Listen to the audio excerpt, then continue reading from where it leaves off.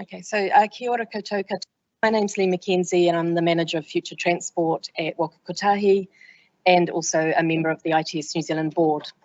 I would like to welcome all of you here in Wellington and Auckland, as well as our online participants, to our first TTEC Reboot session. So most of you, if not all of you, will be aware that our TTEC conference came to a rather abrupt end as a result of a COVID scare. And so it was really, really important to ITS New Zealand that we found other ways in which to still provide that really great content that we had planned for the conference. I would like to thank the Ministry of Transport and Oricon for providing venues for this event, and also Stephen Evans from the Ministry, Danush Laxman from Oricon, and Simon McManus for helping to coordinate the event, especially the technology. I would also like to thank our gold, silver, our gold, silver and bronze members who make it possible for us to run these types of events. And I encourage anyone who isn't a member to join. Details about membership can be found on the ITS New Zealand website, or you can talk to myself, Armin, who's somewhere here in the room, Armand, Mike Rudge here. And I think in Auckland we have Simon McManus, Blair Monk and Stephen Hewitt.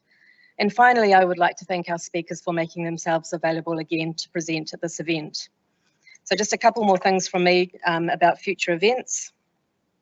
The first event is the launch of the Mentoring Scheme, which is an initiative which is being led by our Young Transport Professionals Committee of ITS New Zealand.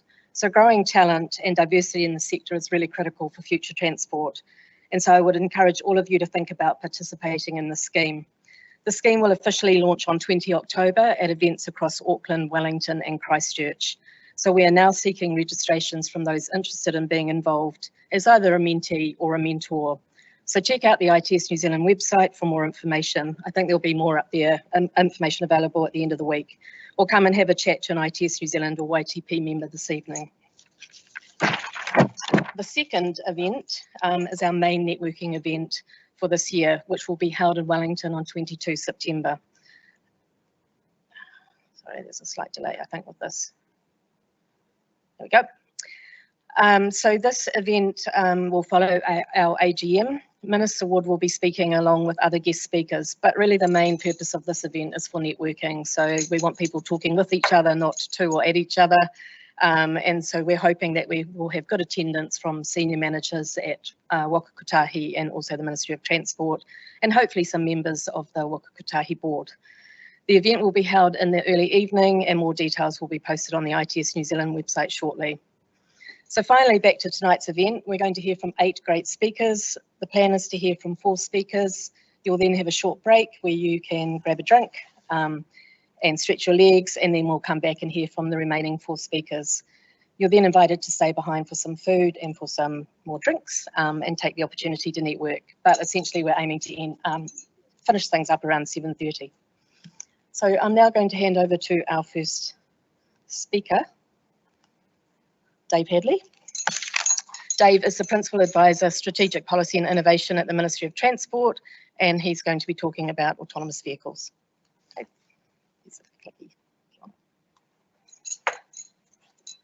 Great, thank you, Lee. Kia ora koutou. It's great to have an opportunity to be able to be back in person and back talking about autonomous vehicles. So I want to talk to you today about the scope of our work and about what we're thinking, the policy work that we're doing at the moment, the progress, but also just about the beginning of this work. This is the beginning of a conversation. So we're focused primarily at the moment on autonomous vehicles that operate on public roads. We know there's a lot of significant work and a lot of development work in the maritime and aviation space. We know there's a lot of automation going on within the off-road areas around vehicles and equipment. We've decided to focus on the on-road operation of autonomous vehicles at present for a number of reasons. I'm going to go through some of those with you today. So the Ministry has a role as the steward of the transport system. It requires us to take a long-term view over the potential impact of new and emerging technologies on the transport network. So over the last 12 months, we have been looking at what we need to do to prepare for the safe deployment and operation of fully autonomous vehicles on New Zealand roads. Now, in this space, the Ministry is primarily interested in ensuring our regulatory settings are fit for purpose. This includes making sure those regulations are focused on keeping road users and the public safe. We're also, however, interested in understanding how the regulations that sit outside of the ministry's control contribute to this goal. Now, in the autonomous vehicle space, our regulatory focus is on vehicles that sit at levels 3 automation and above. At the very furthest of the end of the spectrum are fully autonomous or self-driving vehicles. Those are where the driver is no longer involved in the driving task at all. They're effectively replaced by artificially intelligent self-driving software. So on this table, they're level 4 and 5. This represents a significant paradigm shift for transport. It moves away from the driver being responsible for the driving task and towards the automated driving system taking a greater role. However, up to this point, there are a lot of other eventualities to consider. We need to continue to think about the role of the driver, even if this is merely just as a backup to the driving system when the system fails or when it's unable to manage a new task in front of it, say such extreme weather. At level 3, there'll also be a transition period back and forth between the driver and the automated system. It's really important for us to be able to understand the risks associated with this, not only for the potential safety challenges it might bring, but also because of the challenge it will have to our current liability settings in case of an accident. The current technology in New Zealand is sitting at level 2. This is known as Advanced Driver Assistance Systems. While it's not our regulatory focus, we're still interested in understanding how that level 2 technology is developing and how it's being used on our roads. This boundary between level 2 is constantly being pushed by some manufacturers. So for example, Tesla's recently released what they have called full self-driving software. However, it's really clear from a regulator's perspective that this is a level 2 system and it still requires the operator to pay attention at all times. This is not necessarily clear in the way that these systems are being marketed. So to better support the public's understanding of these technologies, we're working with Waka Kotahi to develop guidance around how those current technologies function. It includes clarifying responsibilities relating to the driver, those who bring the vehicles to market in New Zealand, and the manufacturer's responsibilities as well. We've also commissioned research to look at the general public's awareness of those technologies, including the familiarity with what they do, when they should be used, their experiences using them, their perception of the driver's responsibility while they're in operation. Now, as New Zealand shifts towards this fully autonomous fleet, there are going to be a number of implications for our current compliance processes. There could be implications for driver licensing and driver training, offence provisions and the role of enforcement agencies, the warrant of fitness and the certificate of fitness processes. These processes obviously need to be looked at in parallel with the regulatory development work. We need to ensure that there is safe development of the vehicles being put on the roads as well as their operation while they're in service. The timing around these to make changes will be a key consideration in our work. So that's why we're continually keeping our eye on international developments. As a ministry, we need to continue to monitor that external environment, and we need to continually reassess the risks that the market poses as it changes. The timeframes, however, for deployment are the particularly difficult challenge. These are all headlines from 2016, at the peak of what was called the AV hype cycle. At the time, everyone thought by 2020 we'd all be riding in self-driving cars. Turns out it was much harder than those manufacturers thought to actually get them off the ground. You need favourable regulatory settings, you need public buy-in, and of course you need the technology to be right to overcome all of those challenges. Despite those challenges, however, investment in AV development hasn't changed, including during COVID. So over the past 18 months, we've seen these global tech giants like Facebook, Amazon, Google, Microsoft, Apple, all beginning to increase their acquisition of their own capabilities in the AV space and collaborating more with traditional automotive companies and startups. In China, companies like Alibaba and Baidu have similarly invested heavily in AV development and are mirroring the same sort of successes in the US.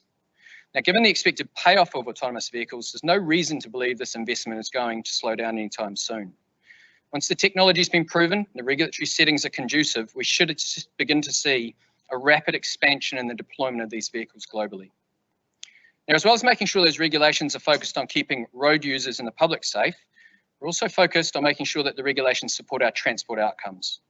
At the heart of those outcomes is improving people's well-being and the livability of the places they live in and visit.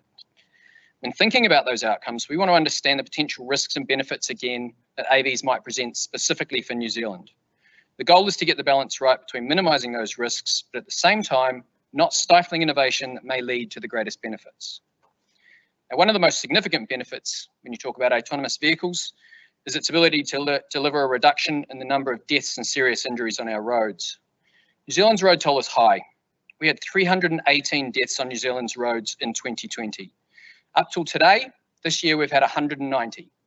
When I started putting this presentation together 7 weeks ago for the original TTEC, that number was 145. We also know that 90% of those deaths and serious injuries are a result of human error. Alcohol and drugs, excessive speed, fatigue, driver distraction are among the primary reasons for that high road toll. That's why the ministry also has a focus on the road toll and a road to zero strategy. Try and tackle these statistics and a very ambitious target of trying to reduce the deaths and serious injuries on our roads by 40% by 2030. It's a challenging target though. These headlines are from a number of newspapers across the country over the past couple of weeks. In addition to this, we look at approximately $4.6 billion in total social cost of road deaths and crashes and injuries in 2019. In 2020, we had more than 40,000 infringement notices handed out for people using a mobile phone while driving. So fully autonomous vehicles have the potential to eliminate some of these challenges in New Zealand, but there's a number of variables that we need to consider in our work to get there. Improving road safety is heavily dependent on where AVs are deployed in relation to where crashes currently occur now, the types of vehicles that are involved in those crashes most often, and the characteristics of the drivers that are frequently involved, which are predominantly young and inexperienced drivers. In addition, it takes 5 to 6 years for the latest driver assistance technologies to filter through to the New Zealand market. So a real improvement in road safety as a direct result of AVs may be some time off. AVs, however, do bring other potential benefits. Fully autonomous vehicles could prolong independent travel later in life, provide freedom and independence for the elderly and for people who can no longer drive. They can improve accessibility for differently abled populations, and they can help reduce isolation and improve access to services and social connectivity. Under the right conditions, autonomous vehicles can incentivise the use of car and ride-sharing services, taking vehicles off the road and improving connectivity to public transport. They could provide more people with free time during their commute, or they could even allow office workers to count that time towards their workday. And provided AVs are electric, they'll help us reduce our greenhouse gas emissions. Again, a number of variables are needed to support this, including those favourable regulatory settings, but also things like supporting physical and digital infrastructure and a public acceptance, to name a few. AVs could also lead to some perverse outcomes, like exacerbating urban sprawl, reinforcing car dependency, contributing to lower levels of physical activity, and taking people and the public away from public transport. All of this could make congestion in our cities worse and have a negative impact on our health and well-being. They could also have unintended consequences we may not consciously think about. There are a number of roles that drivers play that may be lost, like helping people get into vehicles, helping them with their luggage, helping loading and unloading freight and cargo. They could also reduce social connectedness if we're underestimating the value people put in having a human driver to engage with when they get in a taxi or an Ola. And like all new technologies, the arrival of fully autonomous vehicles in New Zealand will have a different impact on different populations. Some populations may be priced out of the market and therefore may potentially miss the benefits altogether. So it's important for us to understand how these risks play out to better gauge the role government might have to play to help deliver the outcomes we're after. This will feature prominently in our work. Very quickly, as I'm wrapping up, there are some real unknowns here: data privacy, cybersecurity, the role of artificial intelligence, and how to build trust in the technology. The realization that high levels of automation will require higher levels of artificial intelligence and machine learning is a real unknown. We don't know how comfortable people will be with that. We don't know how comfortable people will be with knowing that vehicles learn from our every move. We also need assurance that our data is secure, it's not being used for any purposes other than what we've consented to, and there may be concerns around mass surveillance by the data that AVs will end up collecting. And we also want to be sure that our data is not being misused or sold by companies, and that the systems that collect it are equally safe. To gain public acceptance and buy-in, a lot of this comes down to the trust in the system and knowing that it is going to deliver what it says it's designed to. The government have a role in understanding and regulating these unknowns as well, but also in helping inform the public and road users of those benefits of each. Very quick 10 minutes, race through it. That's all I have. Thank you.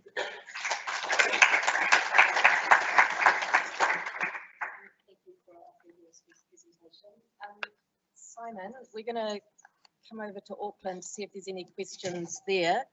I think. Oh. Any questions from Auckland? From Auckland quickly. If you can raise your hands, you can go ahead and speak. There's microphones from the roof. Typical Kiwis. Okay, any questions from Wellington? Oh, Dave. Dave. Dave.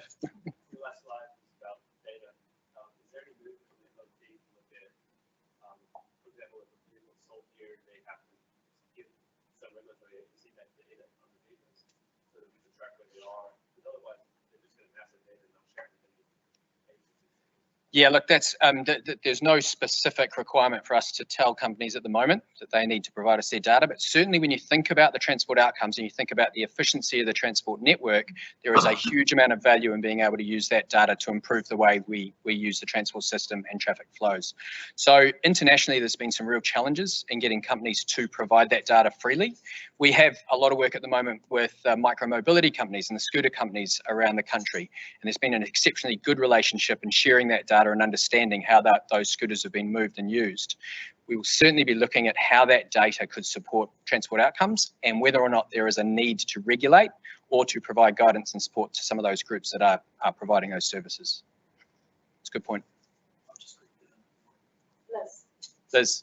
I've heard that some jurisdictions help manage the risk of exacerbating climate change if you do get increases in traffic volumes has been to look at requiring all fully autonomous vehicles to also be zero emission. Is that something that's being looked at? It's not something that we've focused on, but we do have a whole emissions team here that is now working on the transport emissions plan. So, and we've provided input in the strategy and technology area to support that.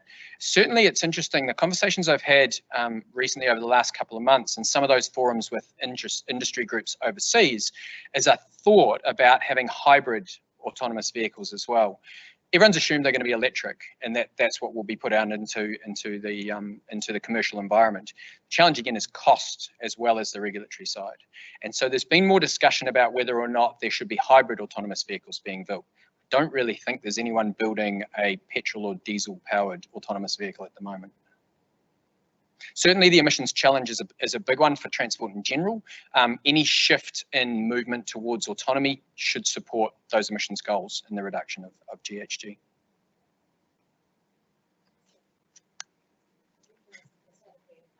We've been working on the One Network framework, which is moving us into kind of a two-dimensional way of thinking about movement and place. And has there been any thought given to the impact on place, like kind of livability and vibrancy that these might have, sort of separate to the movement function? Yeah, there absolutely is. We're lucky again. We've got a placemaking and urban development team that's their focus, is to understand the better use of public spaces, the better use when you start to think about new developments for housing, to make sure that you've integrated things like charging networks. You've made sure you think about walking and cycling access. So yeah, absolutely. One of the big challenges that they had when ride sharing first came into New York was that they got flooded with ride sharing people, and so they had 10,000 users in New York, and they just drove round and round trying to find rides. What we definitely want to avoid here is having autonomous shuttles driving around our cities with nobody in them and nowhere to park. So yeah, it's certainly a consideration from our point of view, but we have a whole team that also focuses on that as our challenge.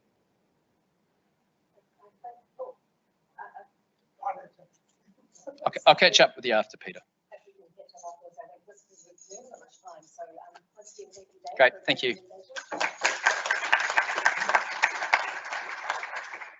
Okay, so our next speaker is Iain McGlinchy. Iain is a principal advisor at the Ministry of Transport, and he's going to be speaking about road pricing technology.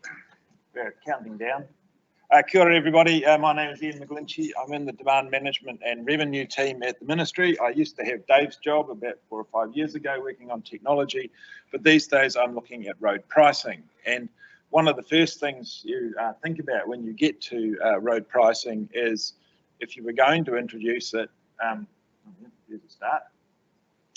How would you go about doing it? And one of the first and most obvious things people leap to is, well, we'd install a black box in every car. This would know where I am and when I am, and we would use that as the basis of charging. And I, of course, assumed that this would be the basis for how we would move forward. Turns out it's nowhere near as simple as that, and this is my anti-technology presentation, which is completely the wrong audience, but I think just bear with me. You might appreciate this by the time we get to the end of it. So, question for you. I was going to do this on Slido, but it turns out to be easier to ask you raise your hands. In New Zealand, petrol vehicles, so there's just some background you have to understand. Petrol vehicles pay fuel excise duty, and this is part of the price of petrol. Diesel vehicles pay road user charges, and this is based solely on distance, and then for heavy vehicles, there's a factor in there for weight. So the amount varies for petrol vehicles by how much fuel you use, but for heavy vehicles, or diesel vehicles rather, it only varies by distance. This matters, pay attention, I'll come back to it later. So, first question, do we have a problem in New Zealand? Raise your hands if you think we have a problem with declining revenue for the land transport system. Do you think we've got declining revenue? About half the room. Are electric vehicles causing a problem for New Zealand's funding because they don't pay fuel taxes? Raise your hands if you think they are. Okay, about a third. Improving fuel efficiency, is that going to cause us a decline in revenue over the next decade? Again, about half. And is it obvious that we should move immediately to, or at least at some point, to a distance-based charge through the use of a black box that contains real-time communication? So should we be doing this? We paid attention, I'm glad to see it. So, question, do we have a problem with land transport revenue? Short answer, no. I've never met a politician that thought they had enough revenue, but unlike many jurisdictions, our politicians have been prepared to raise the taxes on fuel and on ruck over the last 20 years. So unlike Australia, the US and most of Europe, I wouldn't say our revenue is what our ministers might want to have to be able to spend, but it's not going down, and we don't expect it to go down unless there is some other change. Now, there may be other changes, things like climate change, that are definitely driving our policies. But right now, that is the official projection for revenue out for the next 20 years. So it's not going down. Are electric vehicles causing a problem? Well, if you see that tiny little blip down the bottom, that's how much ruck we are not collecting at the moment. It is half of 1%. So I had a headline, which I had to take out because I ran out of time, but what's his name, Crosby, head of local government New Zealand, was saying this was the reason that there was not enough revenue, that his whatever pet project could not be funded. We think it's about $10 million last year, which is a rounding error to Waka Kotahi. So yeah, not yet a problem. It might be a problem if EVs increase in scale and we don't do anything about it, but right now it's not a problem. So if they don't have ruck, if EVs didn't pay ruck, we might have a problem. But unlike almost every other jurisdiction on the planet, we have this magic tool called ruck. So we can move EVs to road user charges and will when they reach 2% of the fleet. So at the moment, we have a plan, and unless the politicians change that plan, they're politicians, they might, that isn't an issue for revenue because we have a tool sitting there that we can use. So we're pretty confident by the time the ruck exemption expires, which is currently now March 2024, 31 March 2024, they will move to paying $76 per 1,000 kilometres. Again, politicians might change that, but right now we have a plan, they aren't a problem for revenue. So will improving fuel efficiency mean we have a decline in revenue? Many people seem to think that this will lead to a problem. Basically, no. There's been a shift to diesel, and as I said, ruck is not driven by the amount that we collect is not a function of the fuel that is being used, it is a function of the distance being travelled. So we are seeing a steady, not quite to the levels we see in Europe of dieselisation, as they call it, where 50% of the vehicles might be diesel, but we've gone from just over 10 to just a whisker under 20% of our fleet being diesel in the last 15 years. Sorry, since 2000, since the last 20 years. Ruck isn't affected, and because diesel vehicles travel further, inherently this is because they tend to be bought for commercial users, but also they tend to be newer at the moment, and newer vehicles travel further. We actually collect disproportionately more ruck than you might expect from the increase in the light diesels. So in fact, it's actually helping our revenue system at the moment. So I said EVs will pay once the exemption ends. So the next question is how important is petrol vehicles? And as I said at the start, we collect road user charges and fuel excise duty. So despite the fact that we've got 3.4 million petrol vehicles, they only contribute in round numbers half the revenue. The other, and it's less than 1 million vehicles, contribute the other half. So only half of our revenue is actually exposed to risk, if that's the framing you want to put on it, from improving fuel efficiency. The other half is affected by distance travelled, not by fuel use. So this means that if we are looking at this, even if we had a 20% improvement in fuel efficiency of petrol vehicles in the next decade, we would only get a 10% decline in revenue, and that's assuming nothing else changed. In fact, we're not even likely on schedule to get close to that under our current projections. I would like these to be better, don't get me wrong, but this is our best guess on what the likely improvement in fuel efficiency of petrol vehicles will be over the next decade, which is about 0.5% per annum. It might actually get to 1% per annum, but at the moment we are not on track to have any noticeable reduction in revenue from fuel excise duty over a decade. We will over 20 years, don't get me wrong. But if we buy electric vehicles instead of petrol vehicles, they're on ruck. So I'm not worried about that as a source of revenue. So really what we hear about is technology. It's obvious that we should move to a distance-based system based on a black box. And as I say, when I started working on this, this is what I thought. If we want to move to one of these things, there's a range of things you have to consider. And it turns out technology is the least interesting part of this. A recent Stuff article was released, one of our working papers, and they looked at all of these things. So if you're going to, we looked at a lot of issues that you would have to look at before you could deploy distance-based charging. Newspaper paraphrased them, put a brave headline on it that had nothing to do with the topic of the article, and it gave us a lot of feedback on what the public thought. So obviously, if you were going to move to a distance-based charge, you'd have to think about privacy, and I put this one on only because the Respect 11, there's been 11 people bothered to upvote it, but it was the highest number of responses from anyone who bothered to comment on someone else's comment, was they were just worried about GPS tracking and privacy. So clearly people just thought, well, I'll just rip that out if they do it. So if we are going to roll this out, we have to address that. Now, I'm sure that the proprietors of eRUC at the moment will tell you it's a lot harder to do that than you might think without us knowing, but it is still something we would have to genuinely consider as how would we manage privacy. What does the system cost? Now, the real question at the moment for me, because I look at the revenue system these days, fuel excise duty, half our revenue system costs us $150,000 to collect $2 billion in revenue. It's virtually free to collect that amount of revenue. There is one check, I've actually seen the invoice. There is an invoice exchange between customs and Waka Kotahi to collect $2 billion in revenue. It does cost a little bit more than that to administer. There are off-road refunds and a few other things going on, but essentially it is so close to zero, you would say it was free to collect this amount of revenue. Oops, going the wrong way. In contrast, RUC's actually still pretty cost effective. The other half of this revenue is we collect, it costs us about $20 million in overheads to Waka Kotahi. That's what their official accounts tell us. We think this is an underestimate. They don't count some of their other costs that should be in other budget lines. We won't worry about that, but it's about 1% of the revenue. So it's free, 1%, it's not too bad. But we don't know how much is evaded. We've got no idea at all, plus or minus 20% how much people avoid. And we've got other costs in there that are hidden, like maintaining the motor vehicle register. Or the cost to me as a vehicle owner, because I have to go and physically purchase a license, I have to put it on my vehicle, and if you're a fleet, this is actually a fairly major cost, just maintaining the paper licenses. But we were thinking a black box in a car. I just want to give you some orders of magnitude estimates. These numbers are made up. They're not based on a real box or anything like that. I just want to make the point, if there are 4.4 million vehicles in New Zealand and you multiply that by any number, you end up with a really large number. So if we had to go and buy a black box and it was $30, and we've had estimates of up to 200, but I'm not going to over exaggerate this, we'll put 30 in there, that's 130 million bucks before you start. And that's not allowing for anybody's time to install that. That's not allowing your time for taking your vehicle and to have it installed. So we're at $440 million before we've even collected a cent in revenue. And that's before we've factored in, well, we'd have to train everybody, we'd have to put new back office in and all these other questions. So we're up to 10% of 1 year's revenue before we've even started to collect a cent from this.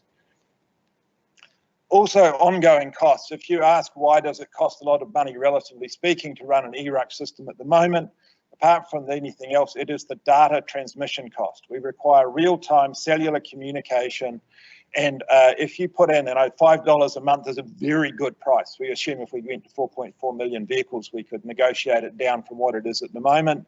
But again, you're up to 4 million vehicles, you're up to $250 million a year in data costs before you've even started again. And that's before I get into all the other things that we would need to do to pay for all of these transactions. So basically my point is you end up with somewhere between a 5 and 10% overhead.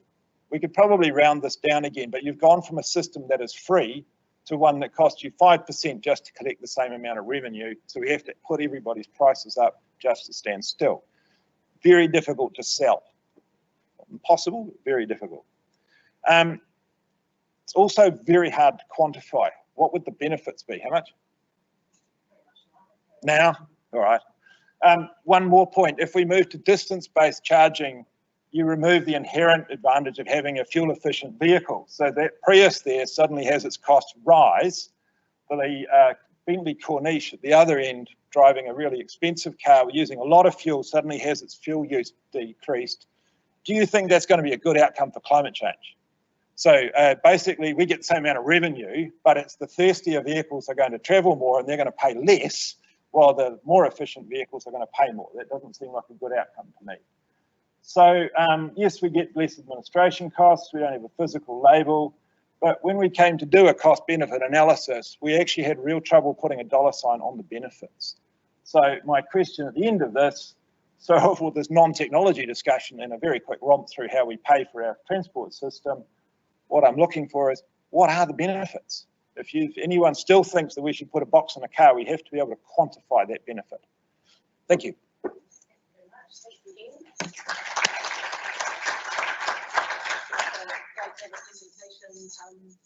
at potentially the disbenefits of technology. So thank you. I'm just going to follow the same format, I think. So if we can stop sharing your presentation and go to Auckland and see if there is a where's your little, yep, perfect. Yeah. Are there any questions from Auckland for Ian? Hi, I've got a question. Iain Leach here from Waka Kotahi. Yeah. You mentioned that in a couple of years' time you would consider putting RUCs on electric vehicles. Yeah. Have you thought about how you do that for hybrid vehicles? Because for a hybrid vehicle, you don't know whether they're using the electrical components or the fuel components. So do you mean hybrid as in a conventional hybrid like the Prius, or a plug-in hybrid, which has an external source of electricity? A plug-in hybrid. Yeah, so at the moment they are difficult to work out what we're going to do with them. At the risk of revealing a state secret, we're going to put out a discussion document in about 6 weeks' time asking what we might do. The most obvious solution, as far as we are concerned, is to charge a lower rate of RUC to reflect that they're also paying fuel excise duty. So this would save, otherwise the owner has to collect up the receipts and turn up at Waka Kotahi's front desk and say, give me a refund, which they're legally entitled to do, but is tedious to the point of painful. But yeah, we're looking at solving that with a simpler solution. Thank you. Liz?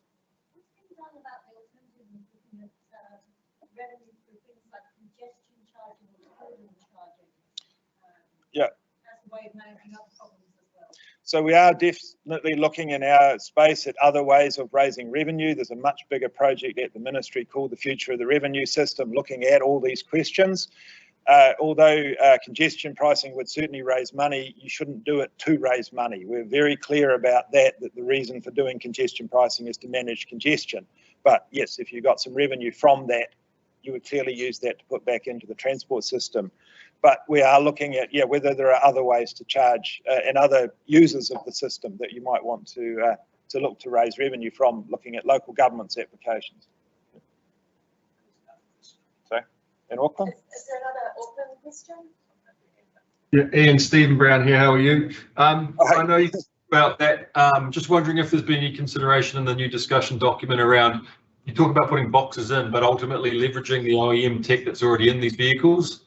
And seeing what consideration is to remove that need for a box.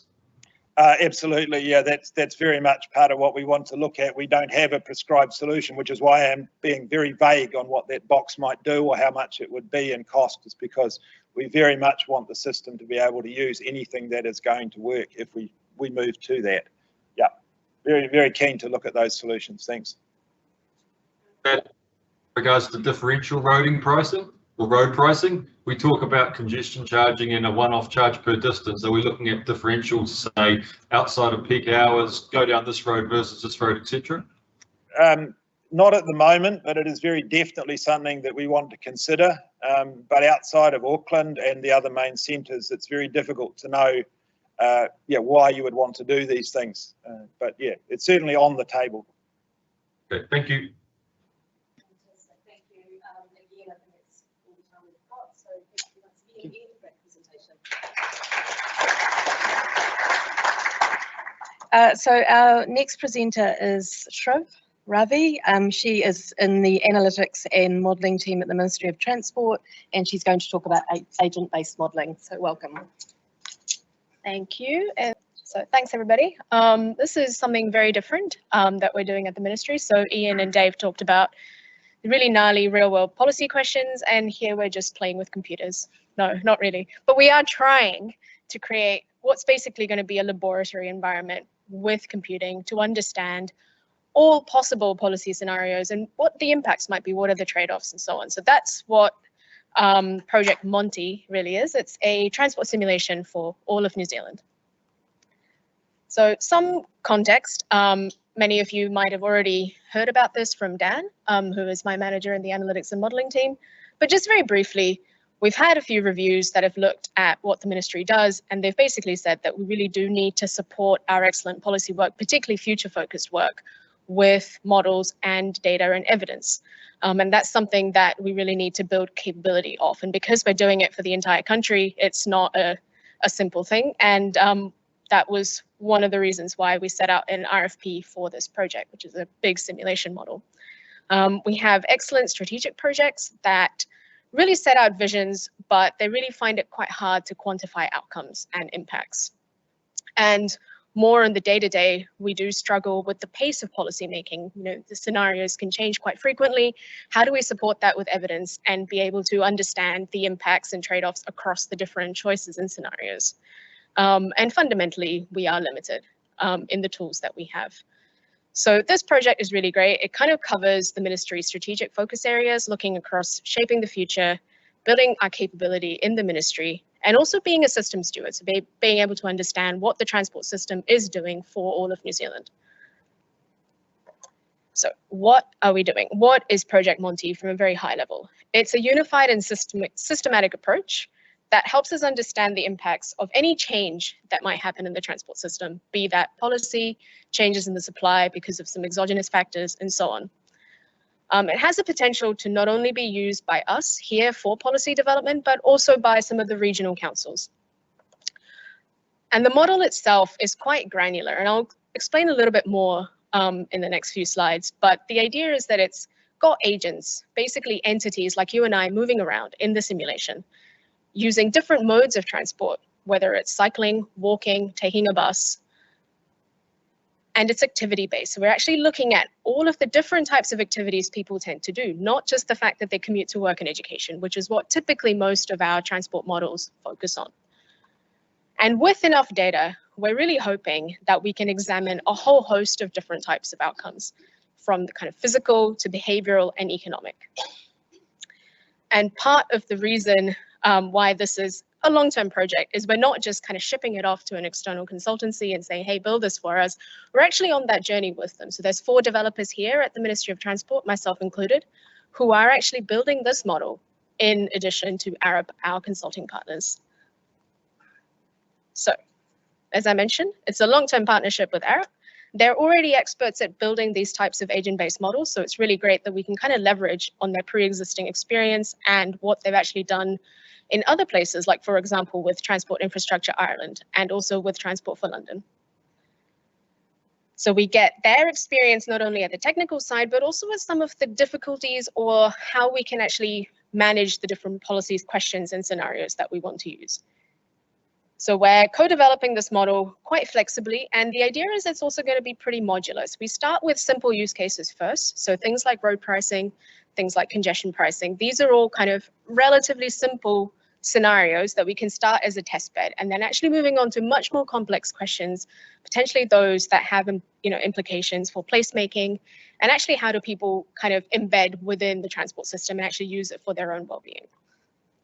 And my personal favorite is that we use a lot of open source software, and a lot of the data that we use is also open data. So the model is pretty open from how we're building it. Cool. So the next few slides will just give you a whistle-stop tour of what the model is. And it's not going into a lot of technical detail, but hopefully this will help you understand what kind of questions we can answer and why these questions cannot really be answered by the more traditional transport models. So in a nutshell, a traditional transport model tends to group travelers together. It looks at aggregate behavior of people. And they are able to look at characteristics and demographics, but they generally say, okay, on average, this is what people who commute into the CBD might do. On average, this is what children who go to school might do. But with agent-based models, we actually have individuals that are in the simulation model. Each individual has demographic characteristics. So for example, right now we have age, gender, labor force participation, and whether they have a car or not. And then we hope to add a lot more detail into the demographic characteristics. So you get a really detailed picture of who these people are and the type of travel that they do. And we're also able to look at their behavior in continuous time. And that's quite important because you just can't chuck people into time buckets of 2 hours in the morning and 2 hours in the afternoon. You actually care about how they travel across the day. So what does that mean in terms of the structure of the model? This is a very high level overview of what it is. So you've got two major inputs into the model. One is the population, that's the demand on the transport system. And that's people like you and I, but it's also freight agents. Then you have the transport supply side, and that's all of the transport infrastructure, from our road networks to our cycle pathways, through to PT, public transit schedules, and so on. And we also have transport scenarios. This is when we want to make any amendments to the transport networks. The main part of the model is actually the simulation. Now, this is what the open source software Matsim does. It basically puts agents on the network. It says, hey, okay, you're a person who's part of a family of 4. Mom goes to work, dad drops off kid, goes to work, goes to lunch, and so on. All of those activities are actually put into the model, onto the transport networks by whatever mode they choose to go on. It actually allows the model to understand the impact of congestion as well, because it's able to understand how many people are actually wanting to go on a particular part of the network. This then will change potentially the time that people might go to work, or potentially the mode that they choose. They say the roads are too congested, they might actually use public transport instead. So those are the details that are actually managed in the simulation part. And out the other side, we get really fine-grained outputs in terms of what was an optimized plan. What did these agents actually learn that they should do, given the demand and given the options that they have? And these are the really interesting parts that we will be using for analysis to assess the impacts of policy scenarios, what trade-offs we might be facing, and so on. So what do we do when we build each of these components? In the population side, as I mentioned, we're actually trying to create a population of agents who have interesting attributes that we care about, and we actually want to facet by those attributes in terms of impacts.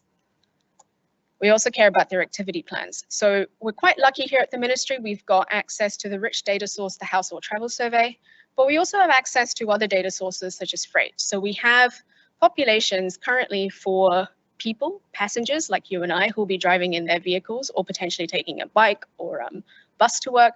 But we also have freight agents that are making depot drop-offs and deliveries. Heavy goods vehicles only right now, but these are all iterative improvements that we plan on making to the model. In the transport supply side, we actually want to create a multimodal network.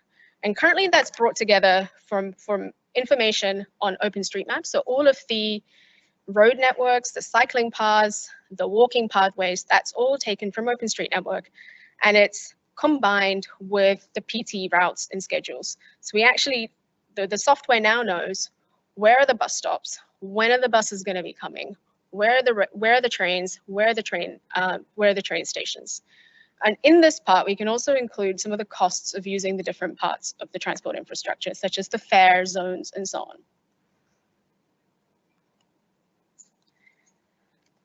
Because the simulation model is quite chunky, currently needs around 150 gigabytes of RAM running in the cloud, you do need to configure it, and it can be a little bit sensitive. So that's the part that we're going through right now, is actually making sure that we understand the behavior of the agents as they make decisions about whether they should actually take their bike instead of catching the bus, or whether they should delay their departure time by half an hour instead of actually leaving right now at peak time. So there are some utilities and calibrations that you actually need to do to make sure that what the agents do is actually sensible and reflects real world behavior. And finally, we've got outputs and then the benchmarking of the outputs. So what do we get? We get very detailed travel diaries. To the point that is extremely anal. It will say agent entered link, I don't know, 10053, and that'll be the particular segment on a transport network. But you can aggregate all of this to actually create a meaningful picture of travel.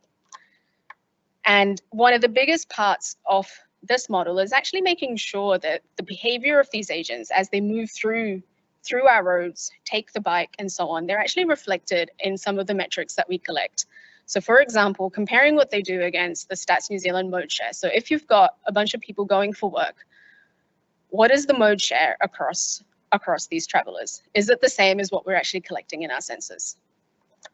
Or if we have behaviors of people going to work, are they traveling 50 kilometers in Wellington to get to their workplace? That's unreasonable. Or are they actually traveling something more like 10 or 15?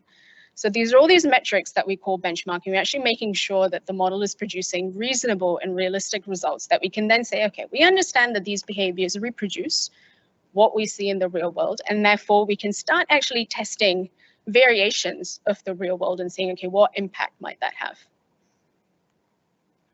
So based on that, you got lots of interesting policy questions that we could potentially answer. So one of the key things are key questions are around equity impacts. Because we know who is traveling and what kind of travel they do, we'll be able to hopefully get some light on what road pricing schemes might actually have for them. Are certain types of people more disadvantaged? And who might they be? Could a different pricing option actually help instead? We can also understand if you put in new infrastructure or upgrade new infrastructure, perhaps by increasing the capacity, would you actually have any meaningful difference? And potentially what kind of impacts might that have on particular types of people? So there are a lot of really interesting people-centric questions that models like this actually allow us to answer, because so far we've not really had the opportunity to put real people into test systems and say, hey, go do your daily type of travel. Nobody is going to fund this kind of real world experiment. So we really have to rely on something where you have a whole bunch of massive computers churning away all kinds of different options and then telling you, okay, here's what I think people might do if you give them this option. Here's what I think they'll do if you give them option B. And you can actually compare the same environment and understand the impacts of your policies that you're wrangling with. And that's pretty much it, because that's not my talk. So thank you very much. Thank you. Another great presentation. And again, if we can go to Auckland, same format. Any questions from Auckland? We go to Yeah, thank you for a presentation. Doug Wilson here. Just want to question with three aspects actually. How does land use and integration with transport get handled in terms of the modelling? And then does it allow external factors like reducing carbon as a scenario analysis that, for example, could be catered for that? So perhaps start with those two questions. Those are two very good questions. The first one is challenging. We currently don't incorporate land use changes at the moment, but it is very much a part of the model development where we're actually starting to model future scenarios, and you kind of can't get away from land use changes in the next 10, 20 years. So definitely it will be part of the model. We're currently focused on establishing the base case and looking at present day before we're starting to iterate to the next version of the model that will start looking more sensibly at future versions of transport, where people might live, where they might go.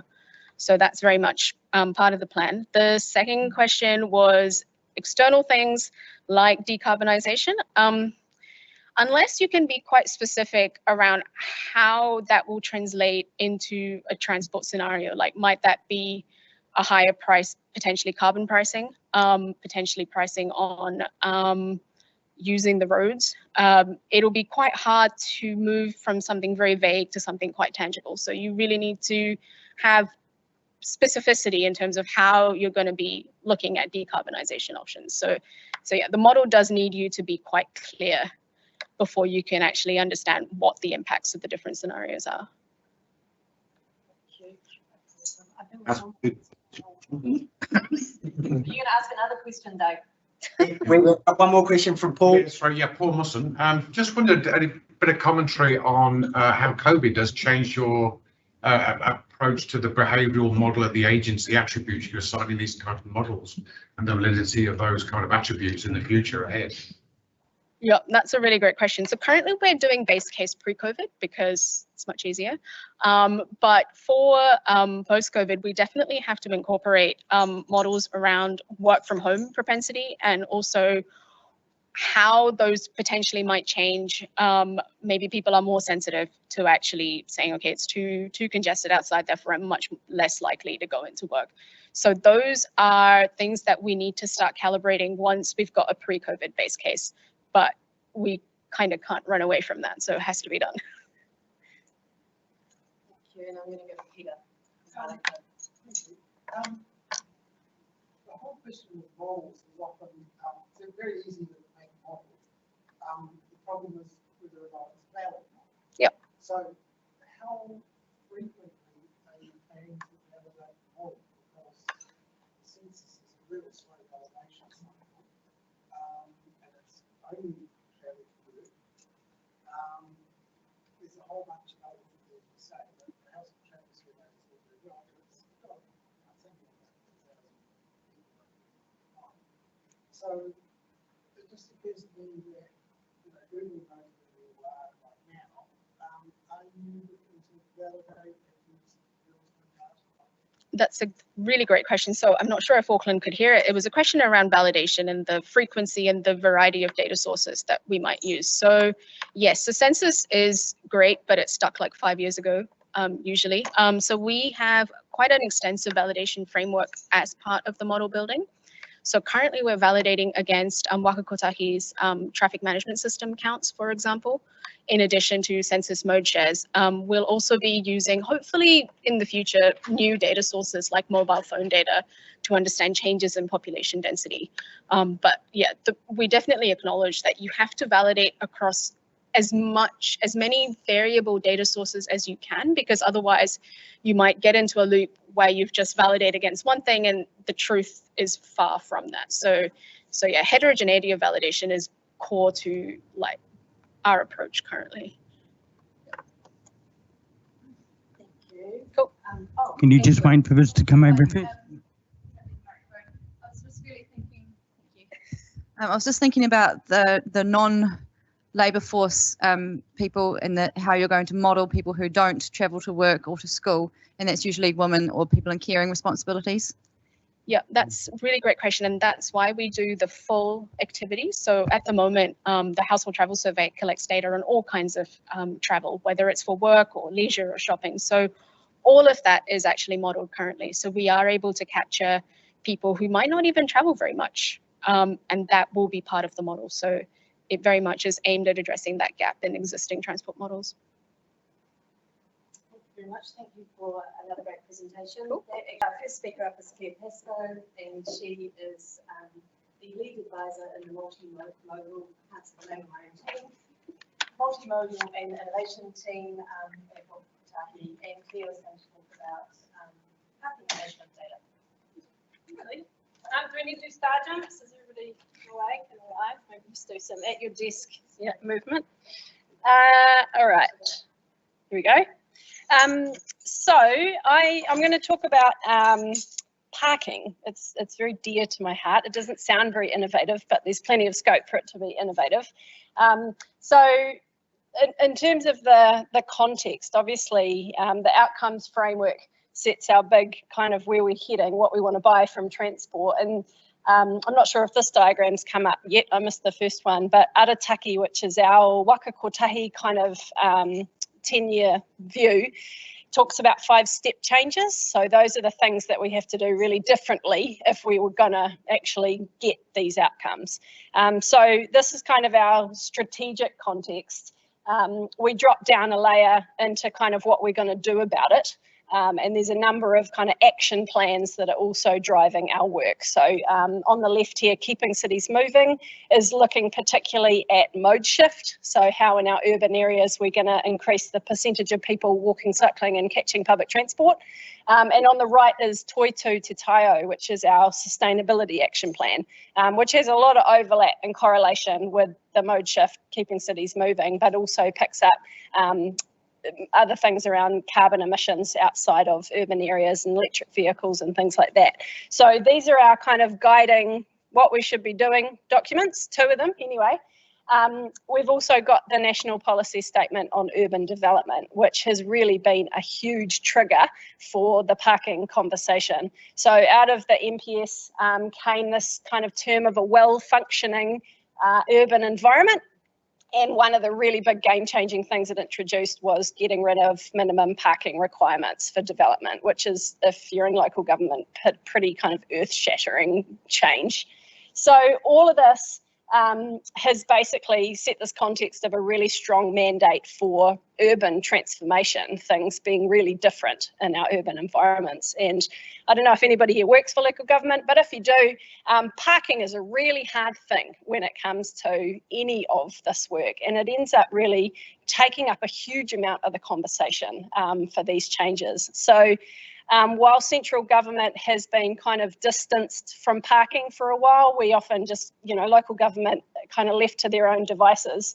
With all of these changes, we've kind of identified that we need to kind of step up and get into this space as well. So there's a range of things that are going on at central government level to support kind of better parking management.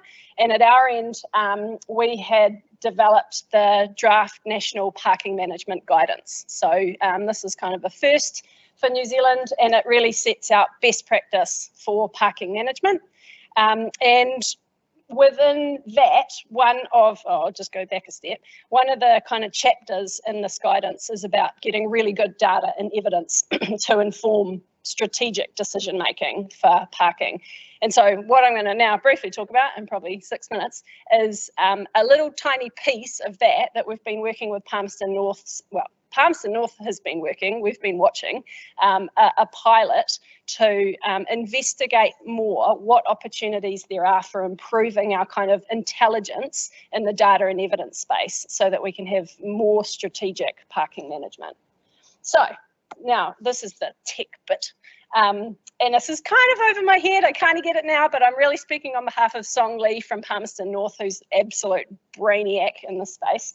So the things I've learned are that parking is inherently this Internet of Things type situation. So you've got a whole bunch of different data sources that are coming in that relate to parking. So whether it's your apps that customers download to pay, whether it's the people who roam around enforcing and seeing if you've overstayed, if it's the system to get your parking permits, is it the screens, the VMS screens you see that say how many spaces are available in the city at the moment. There's a whole bunch of kind of data sources. Parking management is when we're talking about the kind of operational end of parking. So that's where the parking enforcement team and the customer kind of interface. When we talk about parking data management, we're more in a planning space. So that's where the end users are kind of planners and strategy people to figure out how to use all that insight to do something that's more aligned to where you want to go. So that's just kind of like some language stuff. So the issues with the ways that we do it at the moment in New Zealand is that kind of parking data management stuff, the things that helps us be strategic in our planning is really hard because we've got a whole bunch of these different data sources coming in that don't speak to each other. And the reason for that is they all have slightly different data models and they're in this point-to-point integration lock. So this only talks to this. This doesn't talk to this. So it means that we are limited in the amount of kind of analysis and smarts work we can do. In the kind of 21st century, in our dream world, we can do all sorts of things if we can improve this. So for instance, a user can have a way better experience because instead of downloading an app in Auckland, a different app in Palmerston North, a different app in Wellington, 3 in Nelson, we might have a situation where one app actually connects to all parking in the country. It also helps us, like I was talking about, do way better sort of strategic analysis of the way we're using our curb space and have discussions about fairness and equity of pricing. It also, when we think about it from a mobility as a service perspective, if we don't have that kind of digital twin of the parking environment, it's really hard to lock in to any kind of mobility as a service platform that wants to tap into parking and know where the EV chargers are and, you know, make the payment system integrate. So all of those are kind of reasons that you might want to improve. And we've got some examples of who does it really well. So in the Netherlands, the Dutch, who do everything well, have got a really fantastic model with what they call their national parking register. So this is effectively a national platform that does all the things and is one point that vendors interface with. So instead of every single council having to come to all sorts of different negotiations with suppliers, there's one outfit, which is the SHPV, that does all the contracting, and all that data comes into one integrated platform that anybody in the Netherlands then taps into. Very smart. And what that led on to, because it was a really good thing, is the development of an international parking data standard. So this is kind of an API type thing of a model that allows all the data to start to be integrated. So if we can standardize the way the data all talks to each other, we can suddenly kind of get out of these locked in relationships with point-to-point integration. So the UK, this is what the data standard looks like. I'm not going to kind of go into the details, but basically these are the kind of core bits of information that have been standardized through that data standard. And if you've got these 7 things, you can basically talk to all of the parking system. So the UK thought this was really cool and decided to pilot a integrated system in Manchester, which they've been doing for a little while. And they've the Department for Transport there have been watching this is basically kind of the beta test of it, and are now moving into looking at a national platform. So they've got a really huge program which is developing now this national system, kind of like the Dutch model. So all of that got us kind of excited to just investigate a bit more in New Zealand. So the pilot we've been funding for the last 6 months is really Palmerston North, who are real pioneers kind of in the space. They're the first council in New Zealand to get those sensors, enforcement sensors in the ground. They have been just leading the charge with a kind of survey of what's happening around the country with all the different parking systems in New Zealand, and then starting to probe what the business requirements might be if we were to go down some of this data integration route. They've been understanding some of the barriers and constraints, costs, timeframes, and then the idea is we've been sharing this around interested councils who are kind of all in there are a few that are about to procure new systems, so they're really interested in should they be building something like this into their procurement. So unsurprisingly, we found out that the systems around the country are pretty diverse. There's lots of different data models. Each city generally has 2 different data models that they're using. One are the payment apps and the other is the back end kind of enforcement system. But there is things like EasyCom is used, I think, by every council. So it's kind of the back end of parking management. But yeah, that kind of data-driven decision making isn't that common. And we've got lots of this kind of point-to-point locking in happening. So next steps is basically Palmerston North's sharing their report in the next couple of weeks of what they've found, and they will be working up those business requirements to hopefully integrate it into the procurement of their new parking management system. And we'll be kind of watching and learning and sharing that, and then investigating whether there's something in the next step space at a national level that can support. So that's where we are to date. How'd I go? Oh, yeah. We've still got time for some questions. So once again, Auckland. A question here? Any questions? Chris Stratton, Auckland Transport. I was thinking about tying this back to the earlier talk, and whether it's too naive of me to think that autonomous vehicles would heavily reduce the amount of parking that we will need in cities. That sounds like a question for the autonomous vehicles person. I'm not too sure. I haven't done that kind of analysis. I guess it could go that way or it could go the other way, which is that you've got more of them floating around needing a place to park and they're not at home at the end of the day. So, yeah. Yeah, yeah. It's an interesting question for somebody to ponder. Yep.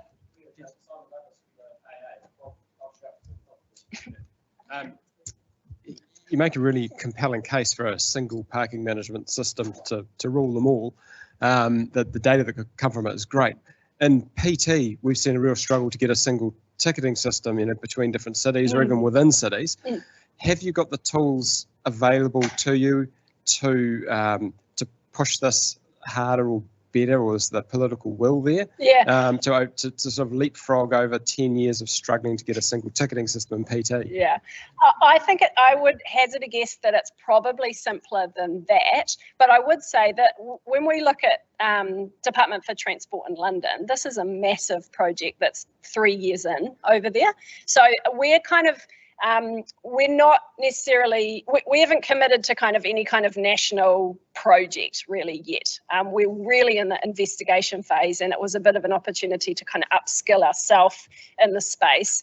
And there's probably value adds all along the way. So Auckland, for instance, their system is halfway to this integrated already. They've got, ways that they're integrating. So even if we can go some way for us city council to start to say to suppliers, we expect you to provide your service using this data standard, and that allows us to build a platform internally, that's a value add for them. Like, we don't need to build a massive shiny national thing for that outcome.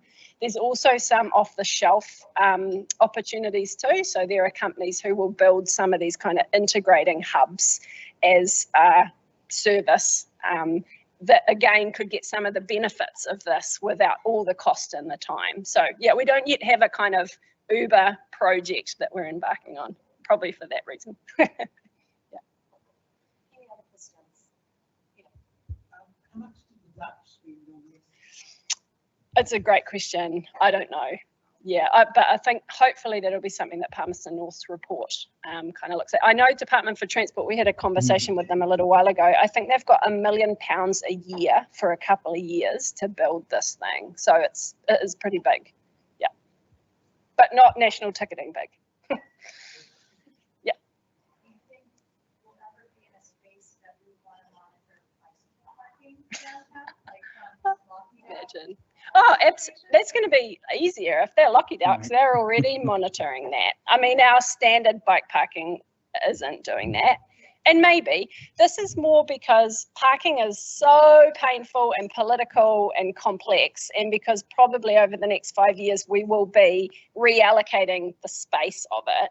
And so we need rock solid kind of evidence behind that really hard journey, whereas bike parking hopefully we'll be providing more of.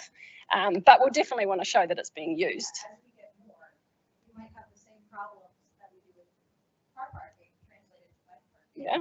There's open. Just going to interrupt here from Auckland, guys. We can't hear the questions from the audience unless there's a microphone in front of that person. Okay, good to know. I can repeat it too. Why the microphone? They need a microphone.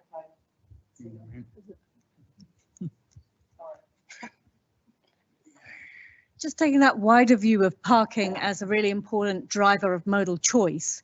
And it's great to see that technology coming along, but looking back at kind of almost back into the revenue space as well, parking is exempted from fringe benefit tax in almost every situation. Is anything being done about that? I'd like to pass this to my Ministry of Transport colleagues. That was tried, so about 7 years ago, that was attempted. Peter Dunn led the charge on trying to get that out of being exempted. And I think it was the teachers union that killed it at the time. They were extremely opposed to it. That was the last attempt I heard of trying to do that. But I completely agree, it's an important piece of the puzzle. Yeah. Thank you. Thank you, Cool. Thank you very much. We're back. Our next speaker is Anna Nord. And Anna,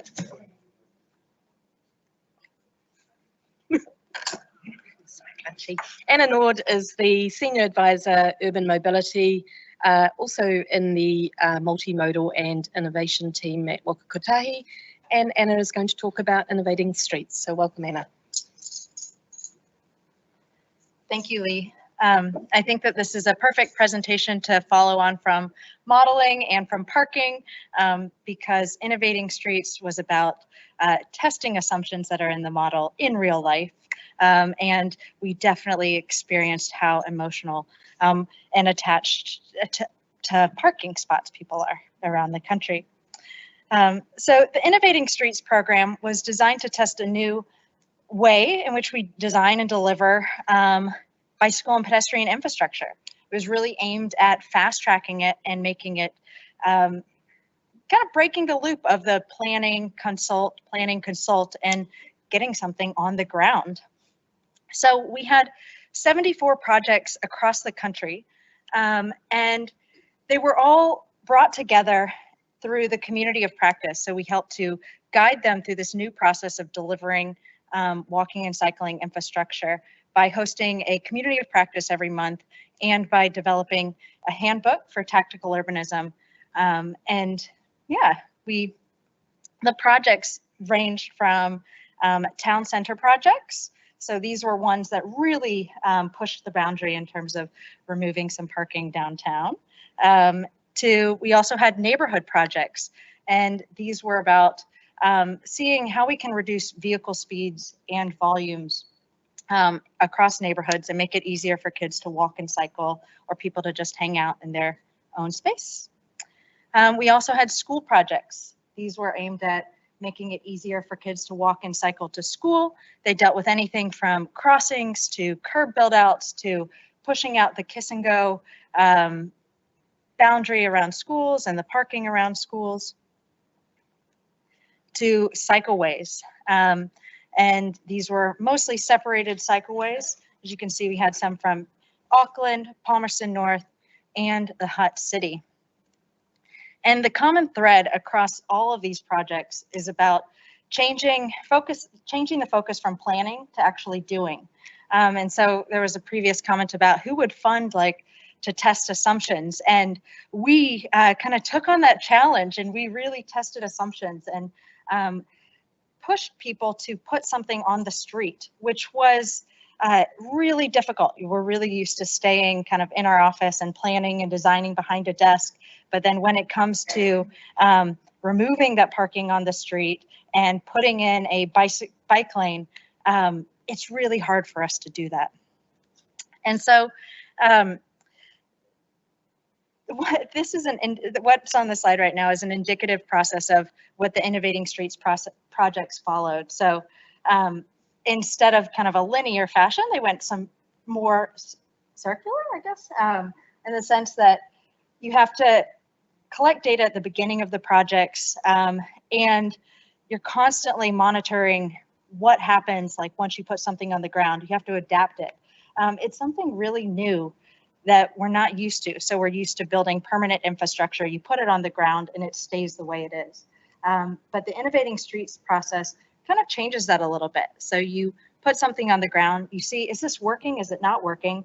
And then you tweak it a little bit based on community's reactions, or if you're not even achieving the vehicle speed reductions that you want. So you either tighten the corner more, or you create a wider cycle path. So since this conference is really focused on technology, the Innovating Streets projects really highlighted that how we collect bicycle and pedestrian data is new for everybody across the country. So data collection and reporting is an essential component of these projects. And what we found out is that people are really used to collecting data after the fact. So again, we'll install something that's a permanent piece of infrastructure, and then we'll put in a bicycle and pedestrian counter, and we can track progress after that. What we're not really used to doing is tracking bicycle and pedestrian activity on before the project's installed, or even on a temporary short-term basis. So through this program, we learned a lot about the technology that we need to use to collect data on bicycles and pedestrians, and also some of the gaps that we're seeing in that technology in terms of duration. And like battery supply of putting up a camera. So yeah, so we learned a lot about how the technology that we want to use, or how do I say this? We learned a lot about the technology that we need to be able to collect data on bicycles and pedestrians, and we learned a lot about when during the project we need to collect that data. But more importantly, I think we learned about how we communicate that data back to the public. So data collection and reporting happens again at the beginning and throughout the project. But we're used to keeping that data or putting it into engineering reports and not sharing it with the public very readily. So this is an example from Hamilton City Council, where they went out and they talked to everybody about the problems that are existing on the street. They then turned that into a graphic that they could use in all of their communications. And it was proving, it just changes the conversation and how you talk to the community about what you're experiencing on the street.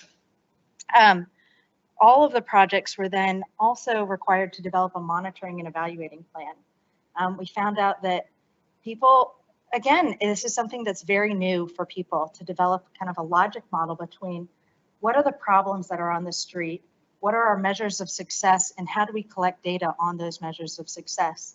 And so again, 74 projects developed a monitoring and evaluating plan, and they all had different ways in which they were collecting that data.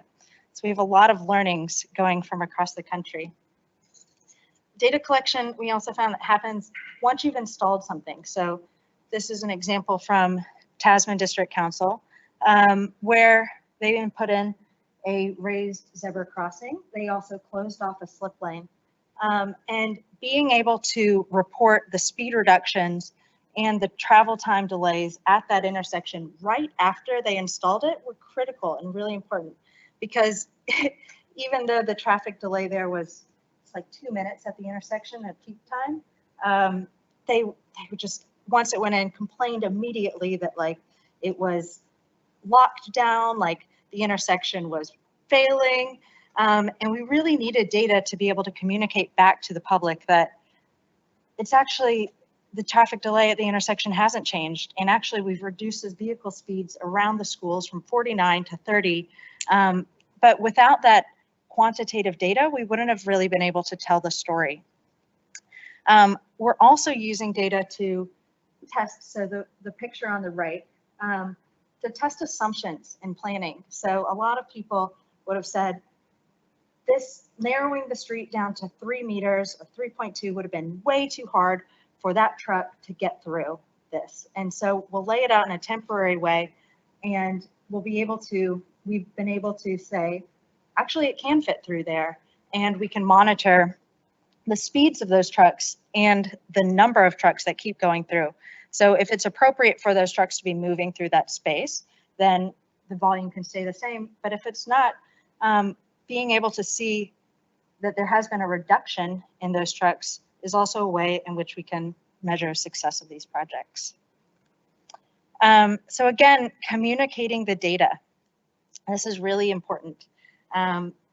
This is an example from Waipa District Council. They've done a really wonderful job in being able to turn what is an engineering report into something that they can use in their communications and in their social media posts. And so this again helps to tell the story to people who don't necessarily understand traffic engineering reports and can understand, well, we've actually had a reduction in vehicle speeds on all of these streets, and we can see that there's an increase in people walking and cycling. But if we just present the data in a standard report, people don't really understand that. Here's another example of how we are collecting data and reporting it in live. So Brooklyn Hill, something that's very close to us. They used bicycle tubes, so counting tubes, to be able to count bicycles going up the hill. And they were able to report that live through their dashboard. And they were also able to report the results of their survey through their dashboard online. And this is really where we want to be able to move, I guess move data reporting so that it's not just in a wall in an office in Waka Kotahi, but the public actually has access to what's happening on the ground, and they can see it and see the effects of that. So this is a very, very quick presentation, but some of the lessons learned from the Innovating Streets program. Again, the purpose of this was really to test a new way in which we are designing and delivering infrastructure. It went from planning model in which we're planning and consulting and we go around this for years to actually saying, we've got an idea, we're going to put it on the street, and we're going to put it on the street with temporary materials. And the data collection is an important part of that. So it goes from being able to test the ideas and to reiterate what you're testing back to the public so that they know whether it's working or whether it's not. The biggest thing that we learned was that we still work in silos. So we develop our monitoring and evaluating plans, and they don't speak to our communication and engagement plans. So we can have people and teams that are collecting the data. Then we can have the teams that are supposed to be communicating that, but they don't know how to. So they really need to be able to be linked up together. We also discovered the difference between monitoring and evaluating. So monitoring are things that we would start to do to be able to adapt to design on the ground. So for example, if you have a cyclist that is riding along a separated cycleway, but we've put the planter boxes or the separation too close so that they can't make a right turn out of it or a left turn out of it. That type of information we need to use to adjust it. It's not necessarily a measure of success. But the evaluation, we look at the measures of success such as reduction in vehicle speeds and reduction in vehicle volumes, increase in bicycles and pedestrians using it. So there's a little bit of a difference, and we tend to group them together in our monitoring and evaluating reports. We also learned that you really need to analyze the network. And the technology that we use to analyze the network, I think we don't have that down yet, especially for a temporary project. So, and for bicycles and pedestrians. So for example, we can count a separated cycleway at a point location, either with tubes, with cameras, with radar. But to be able to look at that at a network level, it costs a lot of, it's a big investment from a technology point of view, especially for a project that is trying to be very much a low budget project. So it's still a space where we're exploring, but we need to be able to branch out from monitoring at a point location for bicycles and pedestrians to more of a network level for bicycles and pedestrians. We also learned that selecting the right technologies and tools. So I briefly mentioned this, but all of the projects did a little bit different things. So some of them used, some of them stood on the side of the road and they counted manually. Some of them put up cameras and were able to detect bicycles and pedestrians using machine learning. We found out that actually, like, through all of these processes, sorry, I'm a mover while I talk. Through all of these, we actually learned the right technology that is appropriate for these projects. So projects that are in the ground for 6 months, and we want to be able to collect data on those for before and after for 2 weeks. We learned that video analytics to be able to detect bicycles, pedestrians, and e-scooters is really a strong technology that we'd like to explore using more. And then also looking at what we can provide at a national level, so data sets that we need to be able to supply to projects versus things that they need to collect on the street that are a little bit more custom.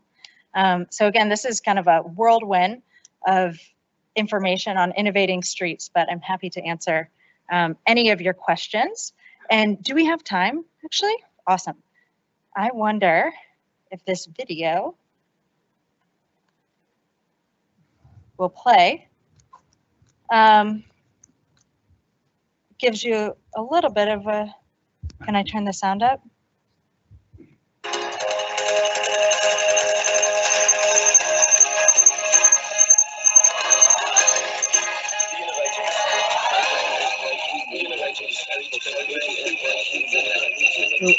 Different street layouts, make it easier to walk and cycle, and make town centres more lively and inviting. Hold on, let's try this again.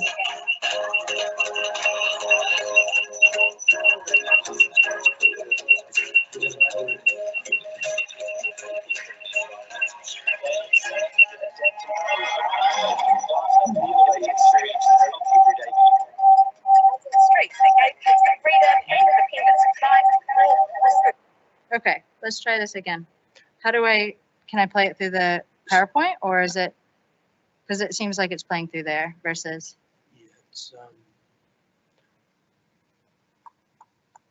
No? I'm just trying to think how we do it. That's okay. You can just look at the pictures. I can talk to it.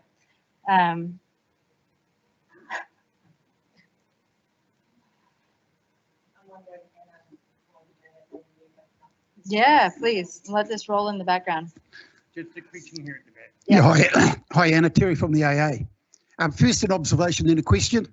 My observation is that earlier diagram where you build, construct, monitor, evaluate, improve is classic Deming, total quality management systems that have been for decades now in place.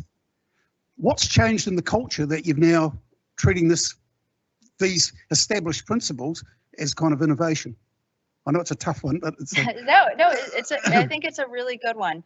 We've gotten a lot of, I guess, pushback from, I shouldn't say pushback, more of questions. So what we're putting on the street isn't necessarily different than what we've been putting on the street before. And the process in terms of how you're talking with people and then designing and isn't that different. I shouldn't say, it is a little bit different because it's the way in which we design with the community and the way in which we monitor and adapt the design in response to data and feedback and the time frame, I think, in which we deliver projects. So, and Claire, please build on this. Yeah, I was just going to say, I guess this doesn't happen that much in transport. So transport construction is a pretty linear project. You generally have plan, design, deliver, construct, and then maintenance. So this, while it's not innovative in any other real industry, is slightly new for transport to have that adapting and iterating part of it. Yeah.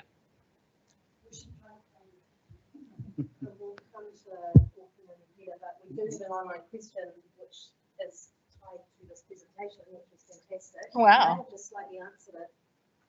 Don't have Auckland. But the question is regarding the innovative street project, in what, sorry, I'm nearly sitting on your knee, sorry.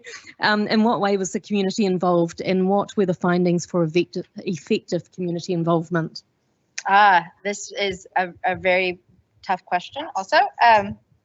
So the communities were involved in different forms in every project. So in some projects, they went out to the community, asked them if they wanted to be, if their council should even apply for the funding before the project even kicked off. And then once they got the funding, they were at the table every step of the way in the transition. The way in which decisions were made were very transparent. Other projects didn't experience that as much. They might have had a really big emphasis at the beginning on this is a community-led project, but then felt a little bit betrayed when some decisions were made that they didn't understand why they were made when they had expressed we want this here. So for example, a zebra crossing, they were we want this here on this street, but actually putting a zebra crossing in a temporary fashion is a really difficult thing because of our lighting requirements. And so when that decision was made and we didn't deliver a zebra crossing, the engagement was, it felt a little bit tested and didn't understand that. But how the community was engaged. So these were very much, they were engaged through workshops at the beginning to understand what the problems are. They were engaged at the design table, so where you spread out designs, figure out what you want on the street, to actually even installing the project. So some of the projects really had a local procurement of artists, of community, I should say, community communications lead. So they used somebody in the community to be able to speak to everybody, to engage with everybody.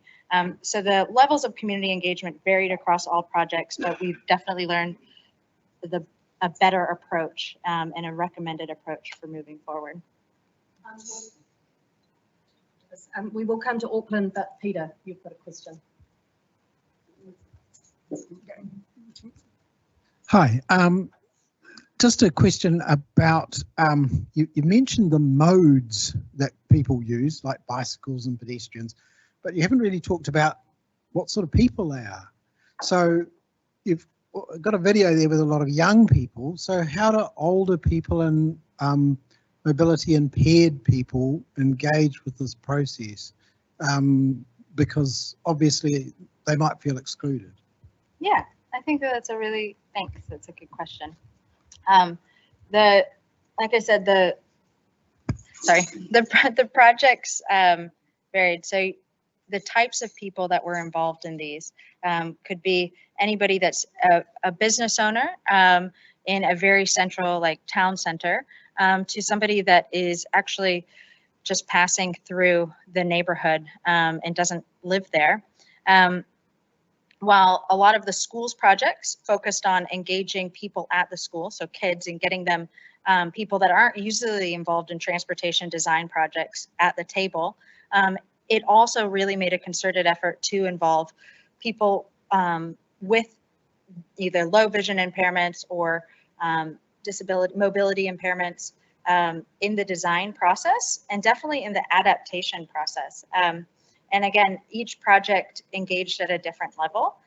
So some might have brought them to the design table early. Others might have realized, oh my gosh, we actually haven't involved these people enough. And we've put something on the ground that doesn't work for them. And so we need to be able to respond quickly. And again, this whole program was about giving councils the opportunity to learn who to reach out to and who to bring to the table for projects moving forward. And the response actually is phenomenal. So we had projects in Invercargill, and the people that reacted to the projects in Invercargill had the same response as projects in downtown Auckland. And yeah, the reaction to these weren't different wherever you were across the country. I'll just skip Auckland. Any questions from Auckland? On Doug's one. Nobody else has got a question. I'll ask. Doug Wilson, University of Auckland. Just a question in regards to the monitoring and how long the monitoring actually occurred in terms of an evaluation, such that were you able to measure initial change, which is sometimes just the difference that is occurring in regards to, or how long that effect, and also what time of the day in terms of congestion periods, was that able to be consistently seen 3 months, 6 months, a year down the track, when people get used to it and the initial effect wears off? So these projects, I should have given some context to it. This is a program that launched in April of last year, and the projects have just finished installing in June of this year. And so the duration of the data, we required at least 2 weeks of monitoring before the project was installed, in terms of that vehicle speeds, vehicle volumes, and bicycle and pedestrian counts.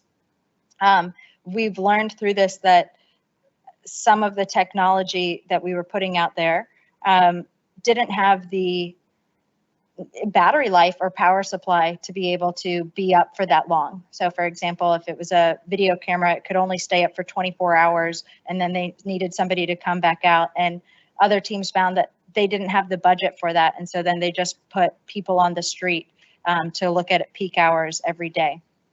And so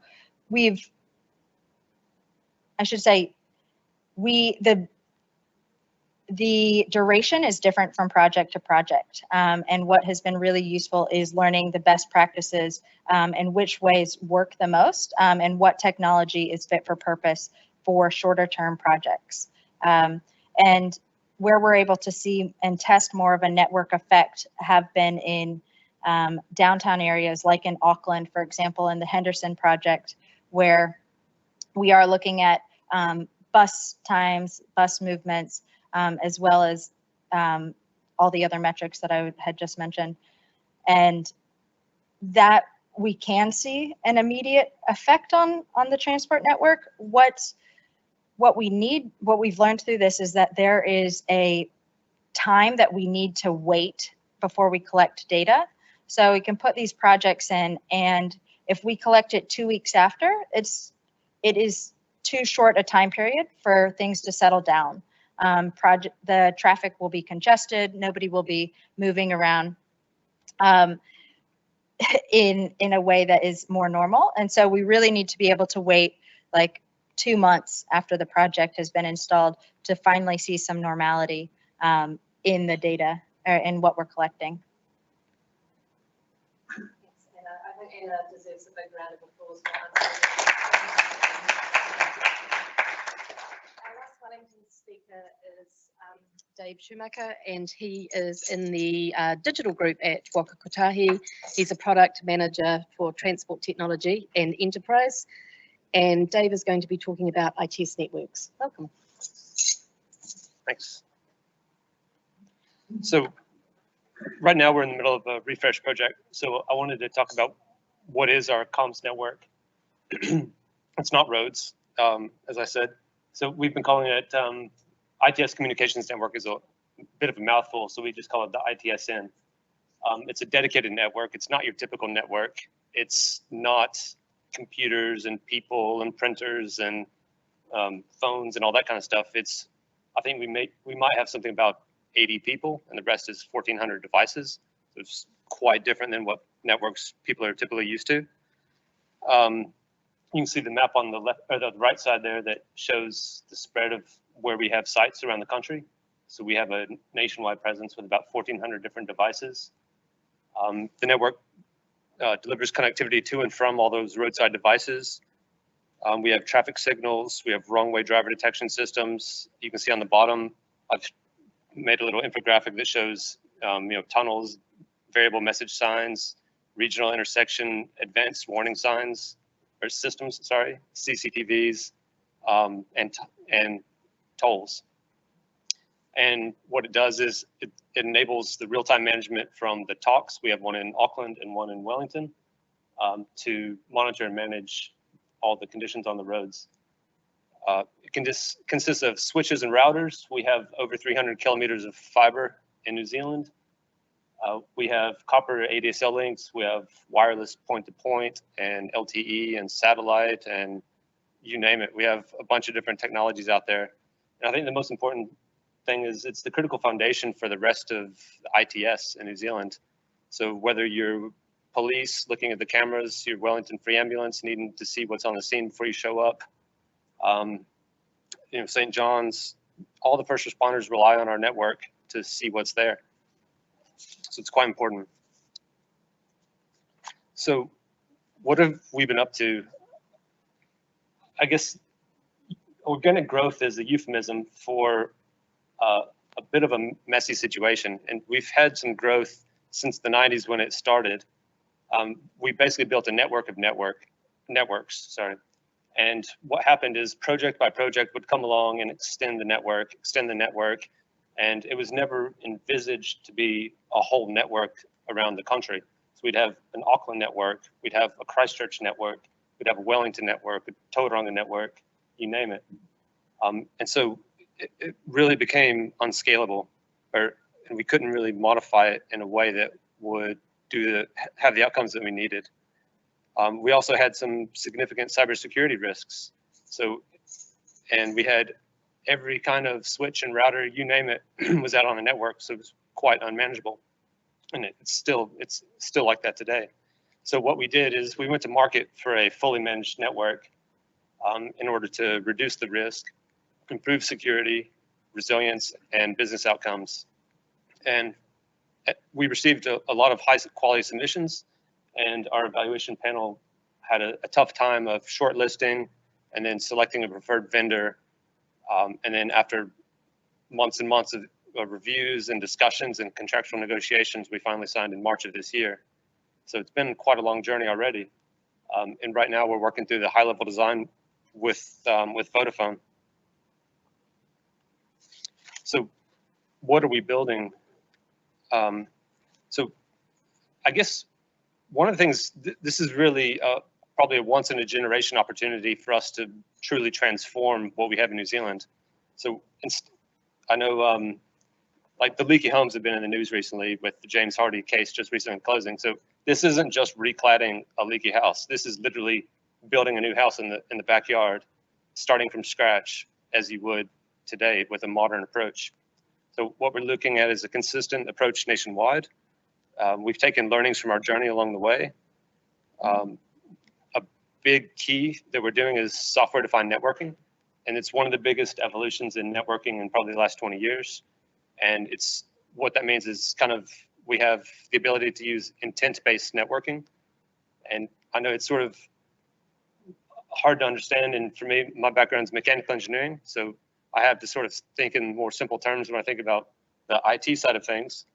But so last year during lockdown, when I was having issues with Teams at home, I wanted to, change my router settings to make sure that I wasn't having issues with video dropping out because someone was doing TikTok videos or something like that on the network as well. So you have to log in, you have to figure out how Teams works, what video settings it uses, what audio settings it uses. And you have to learn that and change it and test to make sure it works. Now imagine doing that to 1,400 devices around the country, all different kinds of devices, and trying to have a consistent approach. So this intent-based networking that we're doing allows us to apply our intentions to the network and achieve that the desired outcome. So we're looking at having a modular and extensible design by like from ground zero or day zero. We're only going to have 6 standard modules, so we're not going to have as many bespoke solutions as we have now. We're going to have some benefits such as talk interoperability, so WTalk can access the ATalk systems and vice versa. We'll have the ability for third parties to use the network, so that means that local councils will be able to benefit from our investment. And if they have a camera on one side of town and need to use our fiber to get across town to access it in their own operations center, they can do that.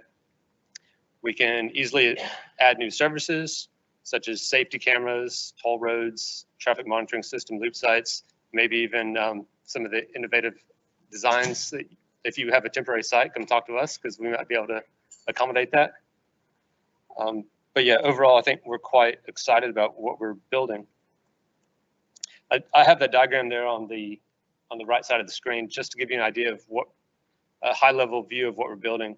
So if you can imagine a horizontal line sort of splitting that diagram in the middle, with the north and the south, you can see that they're essentially a mirror of each other. So starting from scratch, we're building a mirrored system, and that'll help with resiliency and availability throughout the network. So this means that we'll have resiliency and criticality, but those will be determined by our business units.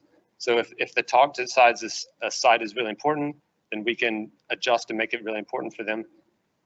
So resiliency and criticality are the 2 main tenets. And resiliency is essentially the uptime. So, and we have a number of different sites between bronze all the way up to platinum. So bronze might be a single point of failure, can take the site offline, whereas platinum means it has to be multiple points of failure. So tunnels are an example. So in a tunnel situation, we might have multiple routers, multiple fiber, diverse fiber paths from different vendors. So it's one single point of failure isn't going to take out that tunnel. And the criticality is the response time. So if it's a high critical site, it could still be a bronze sort of low availability site, but it means that it's going to get a quick response time from our network team to resolve whatever issues are there. So some of the key changes are that all the plans for deployment are going to have to pass through the technology group. And as I mentioned at the start, like we're not going to allow this organic growth to, I guess, hopefully we're not going to allow it to mess up what we're building here, because then we'll just be back to where we started. So all the deployments need to come through us. And with that, we and Vodafone are going to determine the most appropriate design. And what that kind of means is we'll pick the, like what kind of modem or switch will be deployed there. Also look at the connectivity that's available at that site, decide if we'll get a 4G solution, broadband solution, DSL solution, or even a satellite solution, depending on what's available. One of the other key things to note is, and it might not affect a lot of people, but we've decided that we're going to go from a capital expenditure model to an operational expenditure model. So instead of us going out and buying 1,400 devices, we're essentially asking Vodafone to buy them for us, and we're renting them at a monthly rate for the life of the assets. You might ask why we're doing that, but there's some reasons, and a lot of the issues with our network now, we've always suffered from a lack of investment. So if we need to go swap out devices, we'll have to go to the board and say, hey, we need millions and millions of dollars to go swap out these devices. Where now we've got it built in, so we're just renting, and Vodafone's going to keep the solutions evergreen for us. So the refresh cycle is already built into the cost. So we hopefully won't be in the situation we are now with some dated infrastructure. Yeah, and I guess bottom line, we want the network to be, I guess, done with us, not to us, by projects. And actually, I'm ahead of time, but. I knew someone would come through for me. I knew exactly. Thank you for the representation. I think it's really important in terms of our future transport system. So thank you for that. Any questions for Wellington?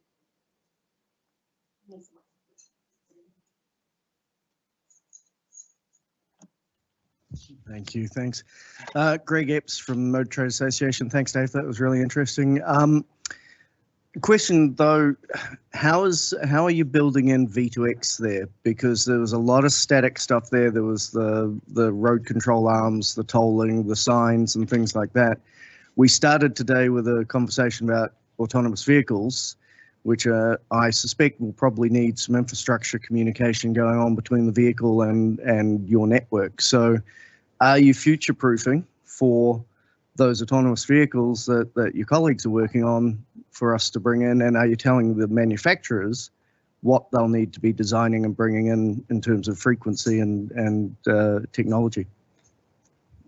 So that's a multi-part question. So for one, we're not building in V2X currently, but that's something that we can add because we're making it would essentially be a module that we can add to the site if we need to.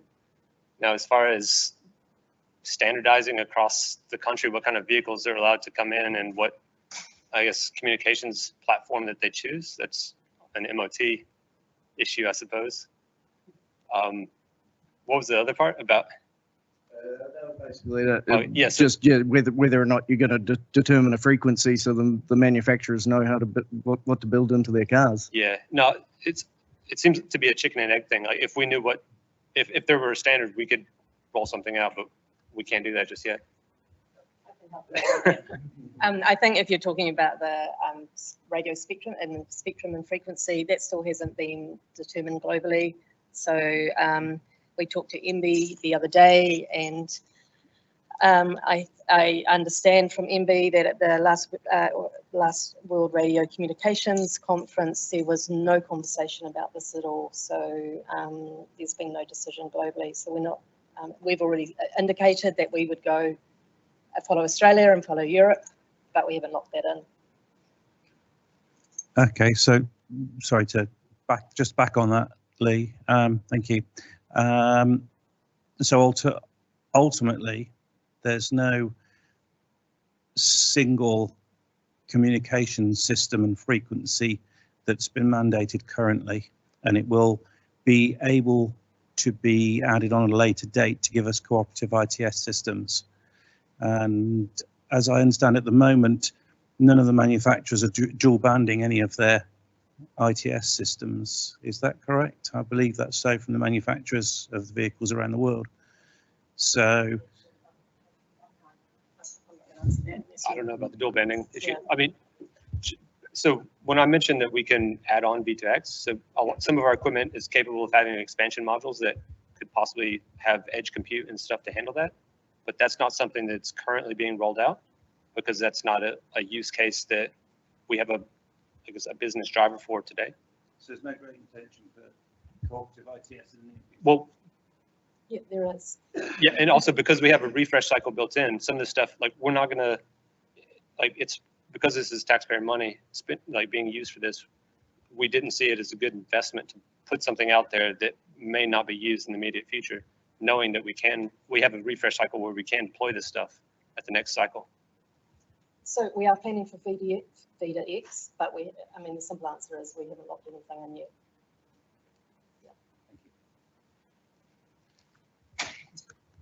Thank you, Dave. I think it's really exciting that we're starting new, because I think when we start new, there's the opportunity to include bicycle and pedestrian. We think about them when we're designing these, I guess, systems. And so, to what extent is that thought in any of it in terms of the technology, so that when we put out technology that might be a CCTV camera to monitor security, that we could also use that technology to count bicycles and pedestrians without putting out another camera on the same location to do that? So that's a little bit outside of my realm. I mean, we've had these conversations, but I'm not even sure that technology necessarily exists to allow bicycle counting and monitoring, because a lot of times you want to be able to pan, zoom, and tilt to that camera, which defeats the purpose of being in a fixed position to count those bicycles or pedestrians. So some of the things you kind of need two cameras, if that makes sense.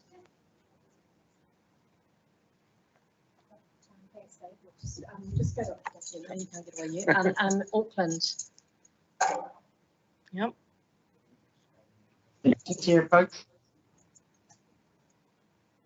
Go ahead, Phil. Hey, Phil Haynes here. I do some independent consulting in various parts of it. I'm struck a little bit by the inadequacy, if you like, of our ability to monitor and data collection, etc., across sort of all of these topics to some degree, and kind of sit there and think there's some basics we're missing.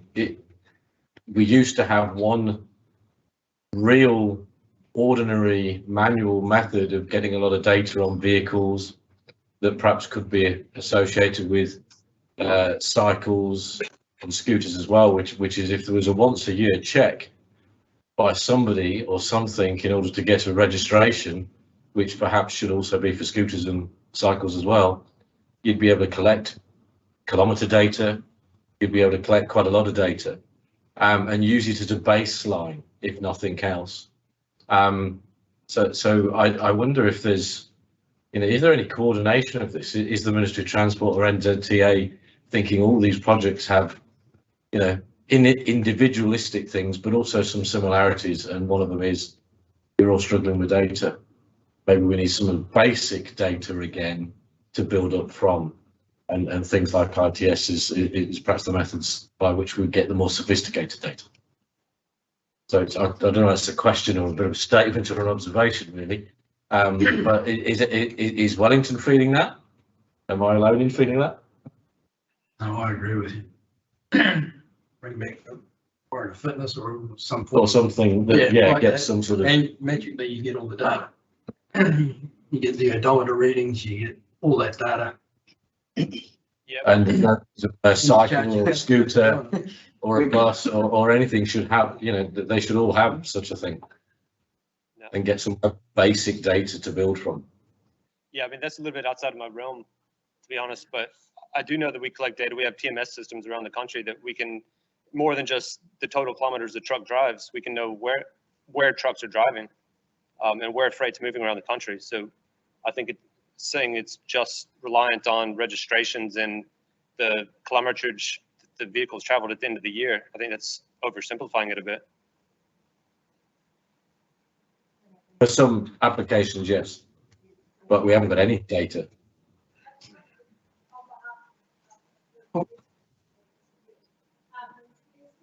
Work going on in our national a couple of the teams around a strategic view of data that we need. And so it kind of feeds down from the outcomes framework, the GPS, we want this, and then at the national level. So therefore, when we invest in things, what benefits should we be getting and how should we be monitoring those benefits? And following that logic model, there's a huge amount of work that's gone into our monitoring and measuring frameworks that looks at all the data sources to answer these questions that we've got. So it's less about kind of coordinating the mechanisms of data, but kind of coming through that logic model of what are we trying to do, what benefits are we trying to buy, therefore what measures should we be measuring and what data feeds that. So there's definitely a coordinating piece of work looking at that. It's funded heaps of the stuff we've been doing.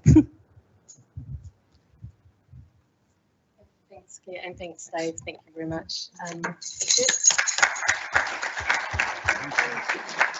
We're actually now going to switch to Auckland. And so Iain Leach is our first speaker up, and Iain is also in the digital group. He is the product manager for design and delivery, and Iain is a great follow-on from Dave's presentation. He's going to talk about ITS standards. Cool. Oh, the camera's very close. Okay. So what are we doing? So we're developing a framework that's going to produce ITS standards and specifications. We'll have repeatable processes and procedures to deliver these standards and specs. And we'll be using structuring, so we'll be structuring the documents, so we'll write them once and reference them many times. What I mean by this is, if you think about the electrical connections, every device out there will need one. So rather than reference that in every spec, we'll write it once and just reference back to that particular document. We are aligning with business requirements, and the key thing is that we put technology roadside for operational purposes, and so we need to make sure that those purposes are going to be met. And we're basing a lot of them on the ONRC, which is a one road classification, so we're putting the right equipment in for the right roads. The way we're going to do it is we generate the documents using authors and subject matter experts, and we do that internally and also with external subject matter experts. And then we go out to the industry for consultation phase, and then we will approve the documents, and then we will ratify and release. So I often get asked, what's the difference between a standard and specification? Well, standards are for design assurance. They provide design assurance at the front end of the process. So they ensure that the solution is designed for operational outcomes, safety, security, and maintainability. So, for example, for a BMS, we'll be ensuring through the standard that it's placed in the right place and it's the right size of sign, and it can be viewed properly from the driver, and they can have enough time to view and take on that message. And what's the specification? Well, the specification is for delivery assurance. So this supports procurement and system integration. So we're ensuring we're buying the right kit that's going to last longer on the roadside and is going to connect back to our systems. And it will deliver to the functional performance requirements. So what do we want to achieve? We want to achieve fully optimized and sustainable ITS.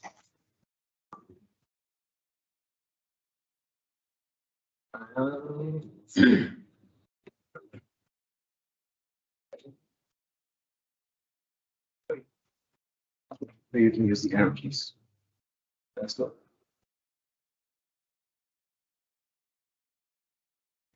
Okay. You've lost the question. Given you control. Oh, no, you didn't get control. There we go.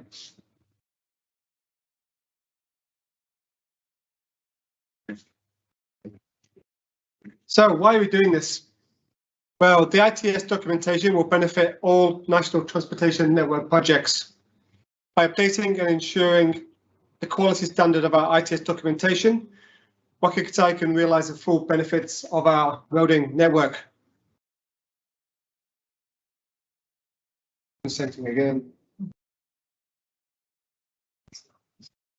Okay, someone else doing it. Okay, so benefits include safety, provide safety outcomes, road safety and reduced risk which is an example of us delivering on the Waka Kotahi Road to Zero strategy.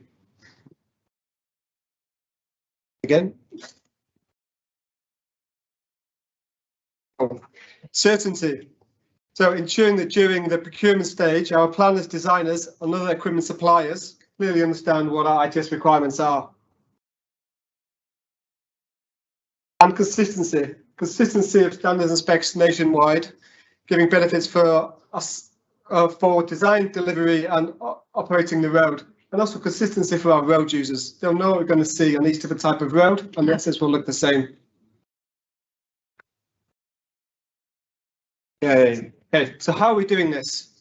So we're moving more to a functional based outcomes rather than strict technology. So we'll still have technology requirements, but the outcomes will be defined operationally. Oh, brilliant, they're getting better at this. Okay, so we're going to make them accessible. They're going to be easily accessible on our website, which has been an issue in the past. It's going to be clear what the latest requirements are, and the access to older specs will still be there because some contracts take a long time. And so we need to make sure that people can refer back to the specifications of when the contract was let. And we're going to make sure they meet the expectations for business and technology needs. So we're doing it also to mitigate the risks during the development lifecycle. For example, standards will ensure the equipment is correctly placed on the transport network to give the right operational outcomes. And we'll have design assurance, such as mounting height for VMS, to make sure that it's going to be high enough for the road and the cars underneath. The specifications will ensure that we can integrate properly to our existing systems and ease the handover into operations. This should lead to decreased maintenance costs due to the amount of systems being maintained. It will ensure outdated and wrong equipment is not purchased as often, and make sure we're aligning with the areas that we're impacting in the business, such as security. Okay, sorry, back again. Go. So integrated management of services for all ITS. We're moving away from technology prescriptive to operational outcomes, and performance and outcomes based. We're making it clear where to go for questions. So we have a working group and an email address. So if anyone's got any questions on the specs or anything about ITS, they can come through to us and we will respond. In the past, it hasn't been clear where people need to go. And we're making sure we're aligning with the areas we're impacting in the business, again, security. And we're also welcoming feedback. So we really want this feedback so we can improve our processes and improve our documentation. This will enable us to have continuous improvements. And the other benefits are our customers experience consistent service on the road network, roadside equipment in similar positions that gives the same look and feel, and the vendors should benefit from ease of technology integration.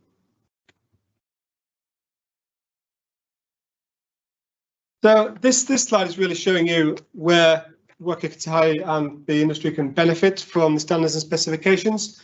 They're relevant all the way through from the design to the build and to the operations of the roads. So in the design area, you mostly be using standards, and these standards will allow you to ensure that you're designing the right ITS for the right operational outcomes, so you can operate the road correctly. And it will also allow you to price in the assets and the integration costs early on in the process. And this will be used by external consultants for the design, any contractors, and the RCAs can use them as well. Then in the build section, this is where they're going to be mostly using the specifications, making sure they're procuring the right specifications, procuring the right assets against the specs so that the assets are fit for purpose. And again, it's consultants, contractors will be using these, as well as equipment suppliers. And again, the RCAs can take advantage of these specifications. What I would mention is, although a lot of them are optional for the RCAs, some of them are controlled under the TCD rules, traffic control devices rules, and so some of them will have to be used by the RCAs. And then into operations. So at this stage, they're going to be using the equipment in anger at the roadside. And so by getting feedback from them, we can always continue to improve our standards and specs to make sure that we're getting the right operational outcomes at the end. And again, it's at the end of the day, it's the users of the Waka Kotahi network, the road users, and public transport users will benefit from these.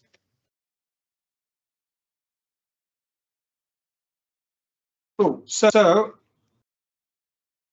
we've got over 50 ITS specifications to do. We counted about 80, but I think we'll probably not do quite that many. One of the ones we've just completed, which we're waiting to go to ratification, is the minimum requirements for ITS roadside. So this can be used by new capital projects to ensure that we're getting some ITS included in projects. We've had projects in the past where nothing has been installed, so it's handy to operations. Operations are say, how do we operate this road? There's no cameras to see what's happening, and there's no signs to speak to the public. So we're hoping that by people taking advantage of this, we'll make sure that in the future, all roads should have at least the minimum requirements in. We've done a new VMS specification, which is out there and being used, and it's been used for procurement. And we've just done a new lane and carriageway signal specification, which is just awaiting final approval. And we've kicked off some health and safety core standards, and we've got 5 new standards and specifications lined up and ready to go very soon. It is a slow process, but we are quite we're agile enough during our delivery. So if a project you know of requires a particular specification, we can alter our priorities and even do a project-specific specification if required. Cool. And that's it. So if you type in NZTA ITS specs, you'll come to our website, and from there you can find our contact details. You can find all the existing specifications, all the legacy specifications. So yeah, give us a shout if you've got any questions now, and also email us if you're too shy to ask questions now.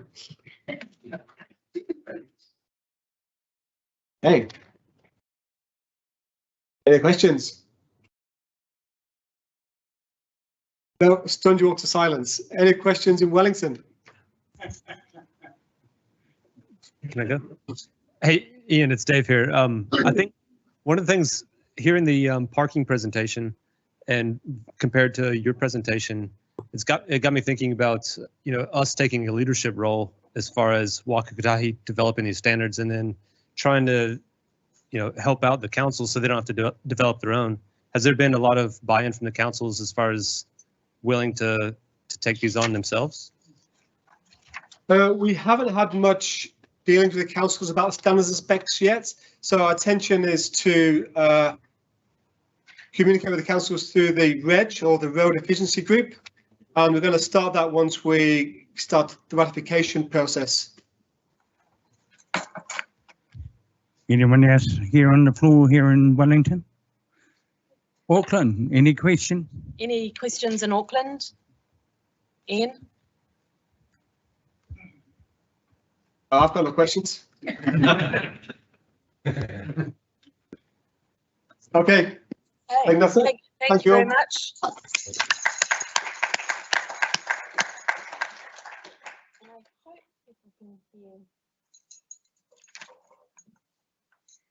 Hear me now, but our last presenter, so I think he deserves a huge round of applause, is Shane Avers. Shane is the acting senior manager for procurement at Waka Kotahi, and he's going to talk about the work that we're doing. It's a bit of a trial and test process around digital engineering. So thank you, Shane, you're up. Thanks, Lee. Everybody, thank you, Lee, for introducing me. So as they said, I'm Shane from Waka Kotahi. I'm now procurement team, but tonight I'm going to talk to you about digital engineering and the approach that we're taking. It's less about the sort of technology and more about the way that we're going about things. And as the title suggests, it's about moving, using small steps in order to make big strides in the digital space. Okay, before I get into it, I guess I'll talk to you a little bit about why digital engineering. I'm not going to talk to you guys about the detail of it because they're much more educated and aware people than I am. But basically, digital engineering offers us potential to unlock a future of how we go about delivering, maintaining, operating infrastructure for New Zealand. It's actually kind of sits at the heart of a web of a whole lot of different things that it's potentially going to enable for us. So it's really quite exciting, and it really does provide an opportunity for us to shift the dial. It's quite disruptive potentially. some of the examples. So what we're talking about here are, you know, you sort of imagine things like kind of 3D design, that sort of thing. It goes from there to sort of 4D design. Once you bring time into it, it continues to go various sort of steps of Ds, 5D, 6D, etc., and it gets far more complex than I'm very familiar with. But it's much more than that. It's about the data, the way that we use data. It's about the way the data connects, and it's about the workflows, the digital workflows, and the way that we as humans work with each other using the data across really large teams that deliver our infrastructure for us. It would enable things like digital rehearsal, for example, so we can build things in a digital space before we build them in the real world, and that in turn allows us to improve things like safety outcomes. We can run what this build will be like, run through the construction methodology in the digital world before we do it in the real world, and keep people safer. It's one of the great examples. The other thing that's really exciting about it is the opportunity for us to step into more of a standardized world of delivery that follows approaches more akin to manufacturing. Through, say, for example, kits of parts, like kit of parts. So imagine if you have like a digital shelf with your parts on that componentry, you sort of take them off and put them together. So we move away from a kind of bespoke design world to an assembly world, and from that we get efficiencies, particularly in things that are very repeatable, parts of our infrastructure that are very repeatable. And I guess the great sort of analogy, if you think about the auto sector, you know, lots of cars kind of moving down the production line, you've got a very repeatable manufacturing process there. We will not, of course, shift directly from that into our infrastructure sector as we have, but there will be elements we can bring across. So it's quite cool. It's whole of life as well. It's much more than just a building of something. It's about the design up front. It's about the construction process, moving into the maintenance and the operations. But then also, once we've got the asset built in the ground, we can think about what's the next stage when it gets expanded out. We know what's there, we know what's under the ground, and it makes it more efficient for the next stage in the cycle. So in the past, we've struggled to get it going, really, to be honest with you. And so Waka Kotahi has been keen to get digital engineering going for quite some time. But I guess the heart of what I'm looking to talk to you about today is the sort of mindset that's held us back and the challenges that we've had in the past, and how we're trying to kind of short circuit that to get moving a bit more now. So the story that I quite like, and that I heard quite a bit when I sort of came into this within Waka Kotahi, was projects that were 3 or 4 years ago at a sort of design stage, and there was a desire then to bring this sort of stuff in, but what people said was we just didn't quite know what to ask for. We weren't quite sure how to get going, right? So here we are standing 3 or 4 years later. We don't have the output from, we don't have the digital as-builds, we don't have a digital twin, we don't have all those things, and it's kind of this great missed opportunity.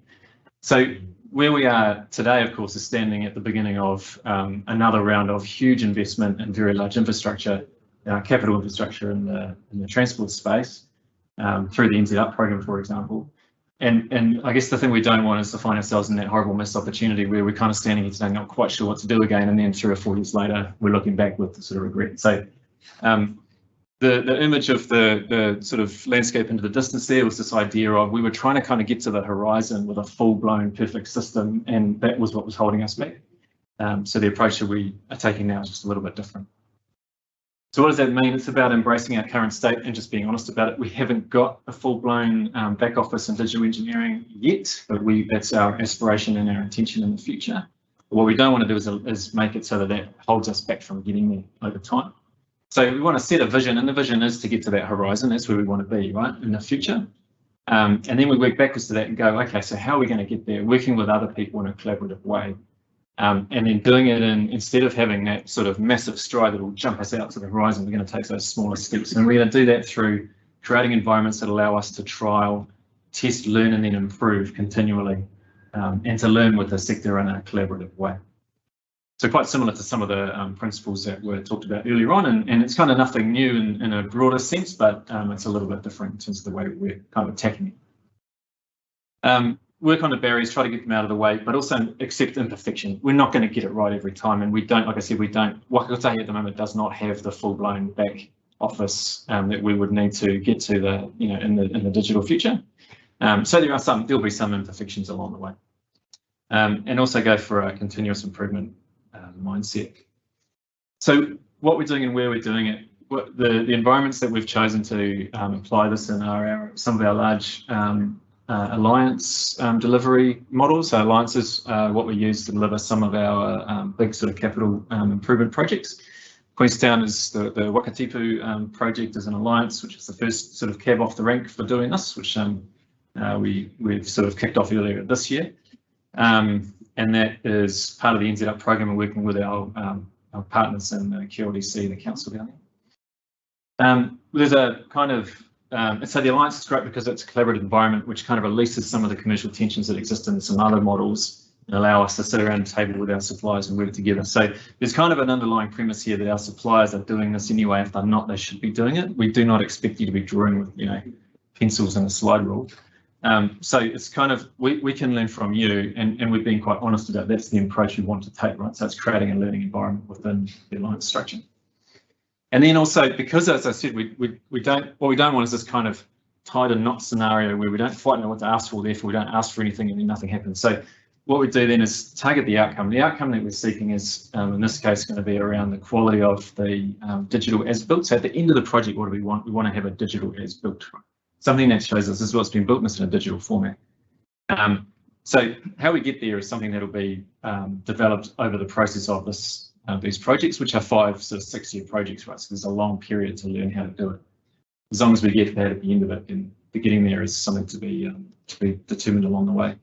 The other thing that we're tying into this is what we call the AMDS, which is the Asset Management Data Standard, which is something that we are doing quite well within Waka Kotahi. We're sort of moving backwards from in the sort of delivery cycle. We're kind of moving backwards from the maintenance piece in the digital world. So this is targeting the kind of assets as built and how we're going to manage those and the standards for those. So you can imagine the thing that gets built and the digital as built that come from that need to be aligned with those standards. So there's a great opportunity there. And those standards are being developed and rolled out sort of in parallel. We're also going for a kind of a principles-based approach, so using the ISO standards and using the NZ BIM handbook, which are the ISO standard 19650 standard is really well known around the world, and it's being used as a standard for BIM, building information modelling, which is kind of part of the digital engineering world. Because one of the really important things and what we don't want to find ourselves in a scenario of is where we have fracturing standards, right? So there does need to be common standards in this stuff. And as our major client, ourselves and some of our key clients, we are really the ones who need to lead setting those standards. And the international standards are a good place to start. The other thing we're doing is trying to create legacy through capturing learnings as we go. And that's that kind of learn process that I was talking about. And it's very explicit, and we're putting it into the alliance and into the contractual documents themselves to say, as we go and as people are working in that alliance environment and learning things, capture them. Don't just sort of leave it, because at the end of the project, we'll know what happens. Everybody moves on to the next project and forgets about, what the good things they did. Or quite often what we find when we've had projects that have used BIM in the past, digital engineering in the past, is the data is really badly organized at the end of the project and no one hangs around to fix it. So it's about capturing those learnings. And part of the reason for that is because a lot of the benefits that come from this are things that will be avoided. Say avoided clashes, for example, in the design processes. So there's cost saved by avoidance. It's quite hard to put a business case up that says, I'm going to say what I want you to invest in is something that will never happen. So we kind of want to get some of these learnings that come, real life learnings as we go through the process. It'll help us internally with our own conversations. And then the sort of repeat, the sort of improving process that we're talking about. One of the ways we'll apply that will be on a sequence of these projects as they come to market. So as I said, the Waka Kotahi one that I've got there was the first one off the first cab off the rank. The next one will be the Penlink project, which is coming to market later this year. And then we've got a couple of others in the Wellington region in particular that will come sort of after. So each time we're improving the requirements that we set out and the way that we'll work with our suppliers. And we'll be learning through one project that allows us to apply learnings to them. And through that process, because our projects will typically, of course, go to market and they'll be distributed around the broader industry, the industry itself will learn. So on that point, the ingredients for success and what we are trying to do is lift all the boats together. What we've found in the space is that people, not surprisingly, it's usually the case, right? People are the fundamental ingredient that makes this sort of stuff successful. It's partly about making sure you have people in there who understand what we're trying to do and that there's a shared vision. One of the things that I really enjoy about the digital engineering space is that there's a really strong community of people in New Zealand who are working for companies who are competing with each other but they all get it, and there's a vision that they all have, and they share it. And there's an amazing willingness to collaborate and share information across the sector, which is really cool. And so that's one of the things that'll make this kind of tick. When we get into the nuts and bolts of an alliance arrangement, which is a really big project, it could be 100 or 200 people working in the design office, for example. The DE piece is going to be quite small. The systems are going to be really important, and those people who know this stuff will have to be treated as leaders within the overall environment to be successful, and they'll need to be enabled by their own leaders. And that kind of leads us to this home organizer, what we call home org. So the home organization is, when you go into an alliance, the idea is to take your hat off and now you're part of the alliance, not part of the place you came from, right? So, but your home organization is the one back home. And we've had this feedback from the industry for a while now, which is kind of like we're from our suppliers. They're sort of saying we're ready to go on this stuff, right? This is this we need to get to, but we need you to make that move. Waka Kotahi, we need you to help us because of the standards we need. This is kind of us doing that. We have, to be honest, found that we've kind of made that step, and then it's the case of, okay, now you're going to follow us, and there's been a little bit of hesitancy, which is quite interesting. So we kind of hear this top level support in the organisations, but lower down on the ground, things can get a little bit less supportive, and I suppose the commercials can come to rub. And we do have a bit of an expectation that the whole purpose of this stuff is to be more efficient. So, you know, there's got to be an argument in there for either sharing or a sort of a net sort of zero cost outcome. So I think that supportive environment from our partners in the sector is really important as well. That's it, Wellington. That's my whistle stop tour through what we're up to. Any thoughts, questions?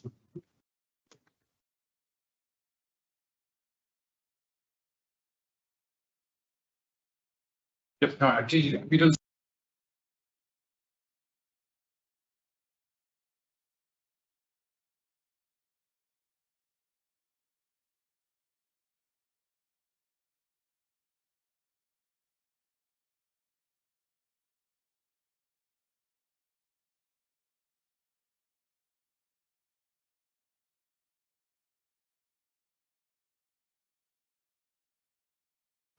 Ah, here we are. Right, can you hear us up in Auckland? Any questions from here? Can you hear us, Shane? Okay.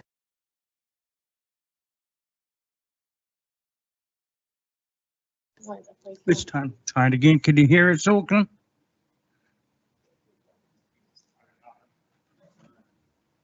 I'm really sorry, Auckland. Yes. There we go. You guys did hear that presentation? Yeah, can you hear us? Yes, we can. Yes.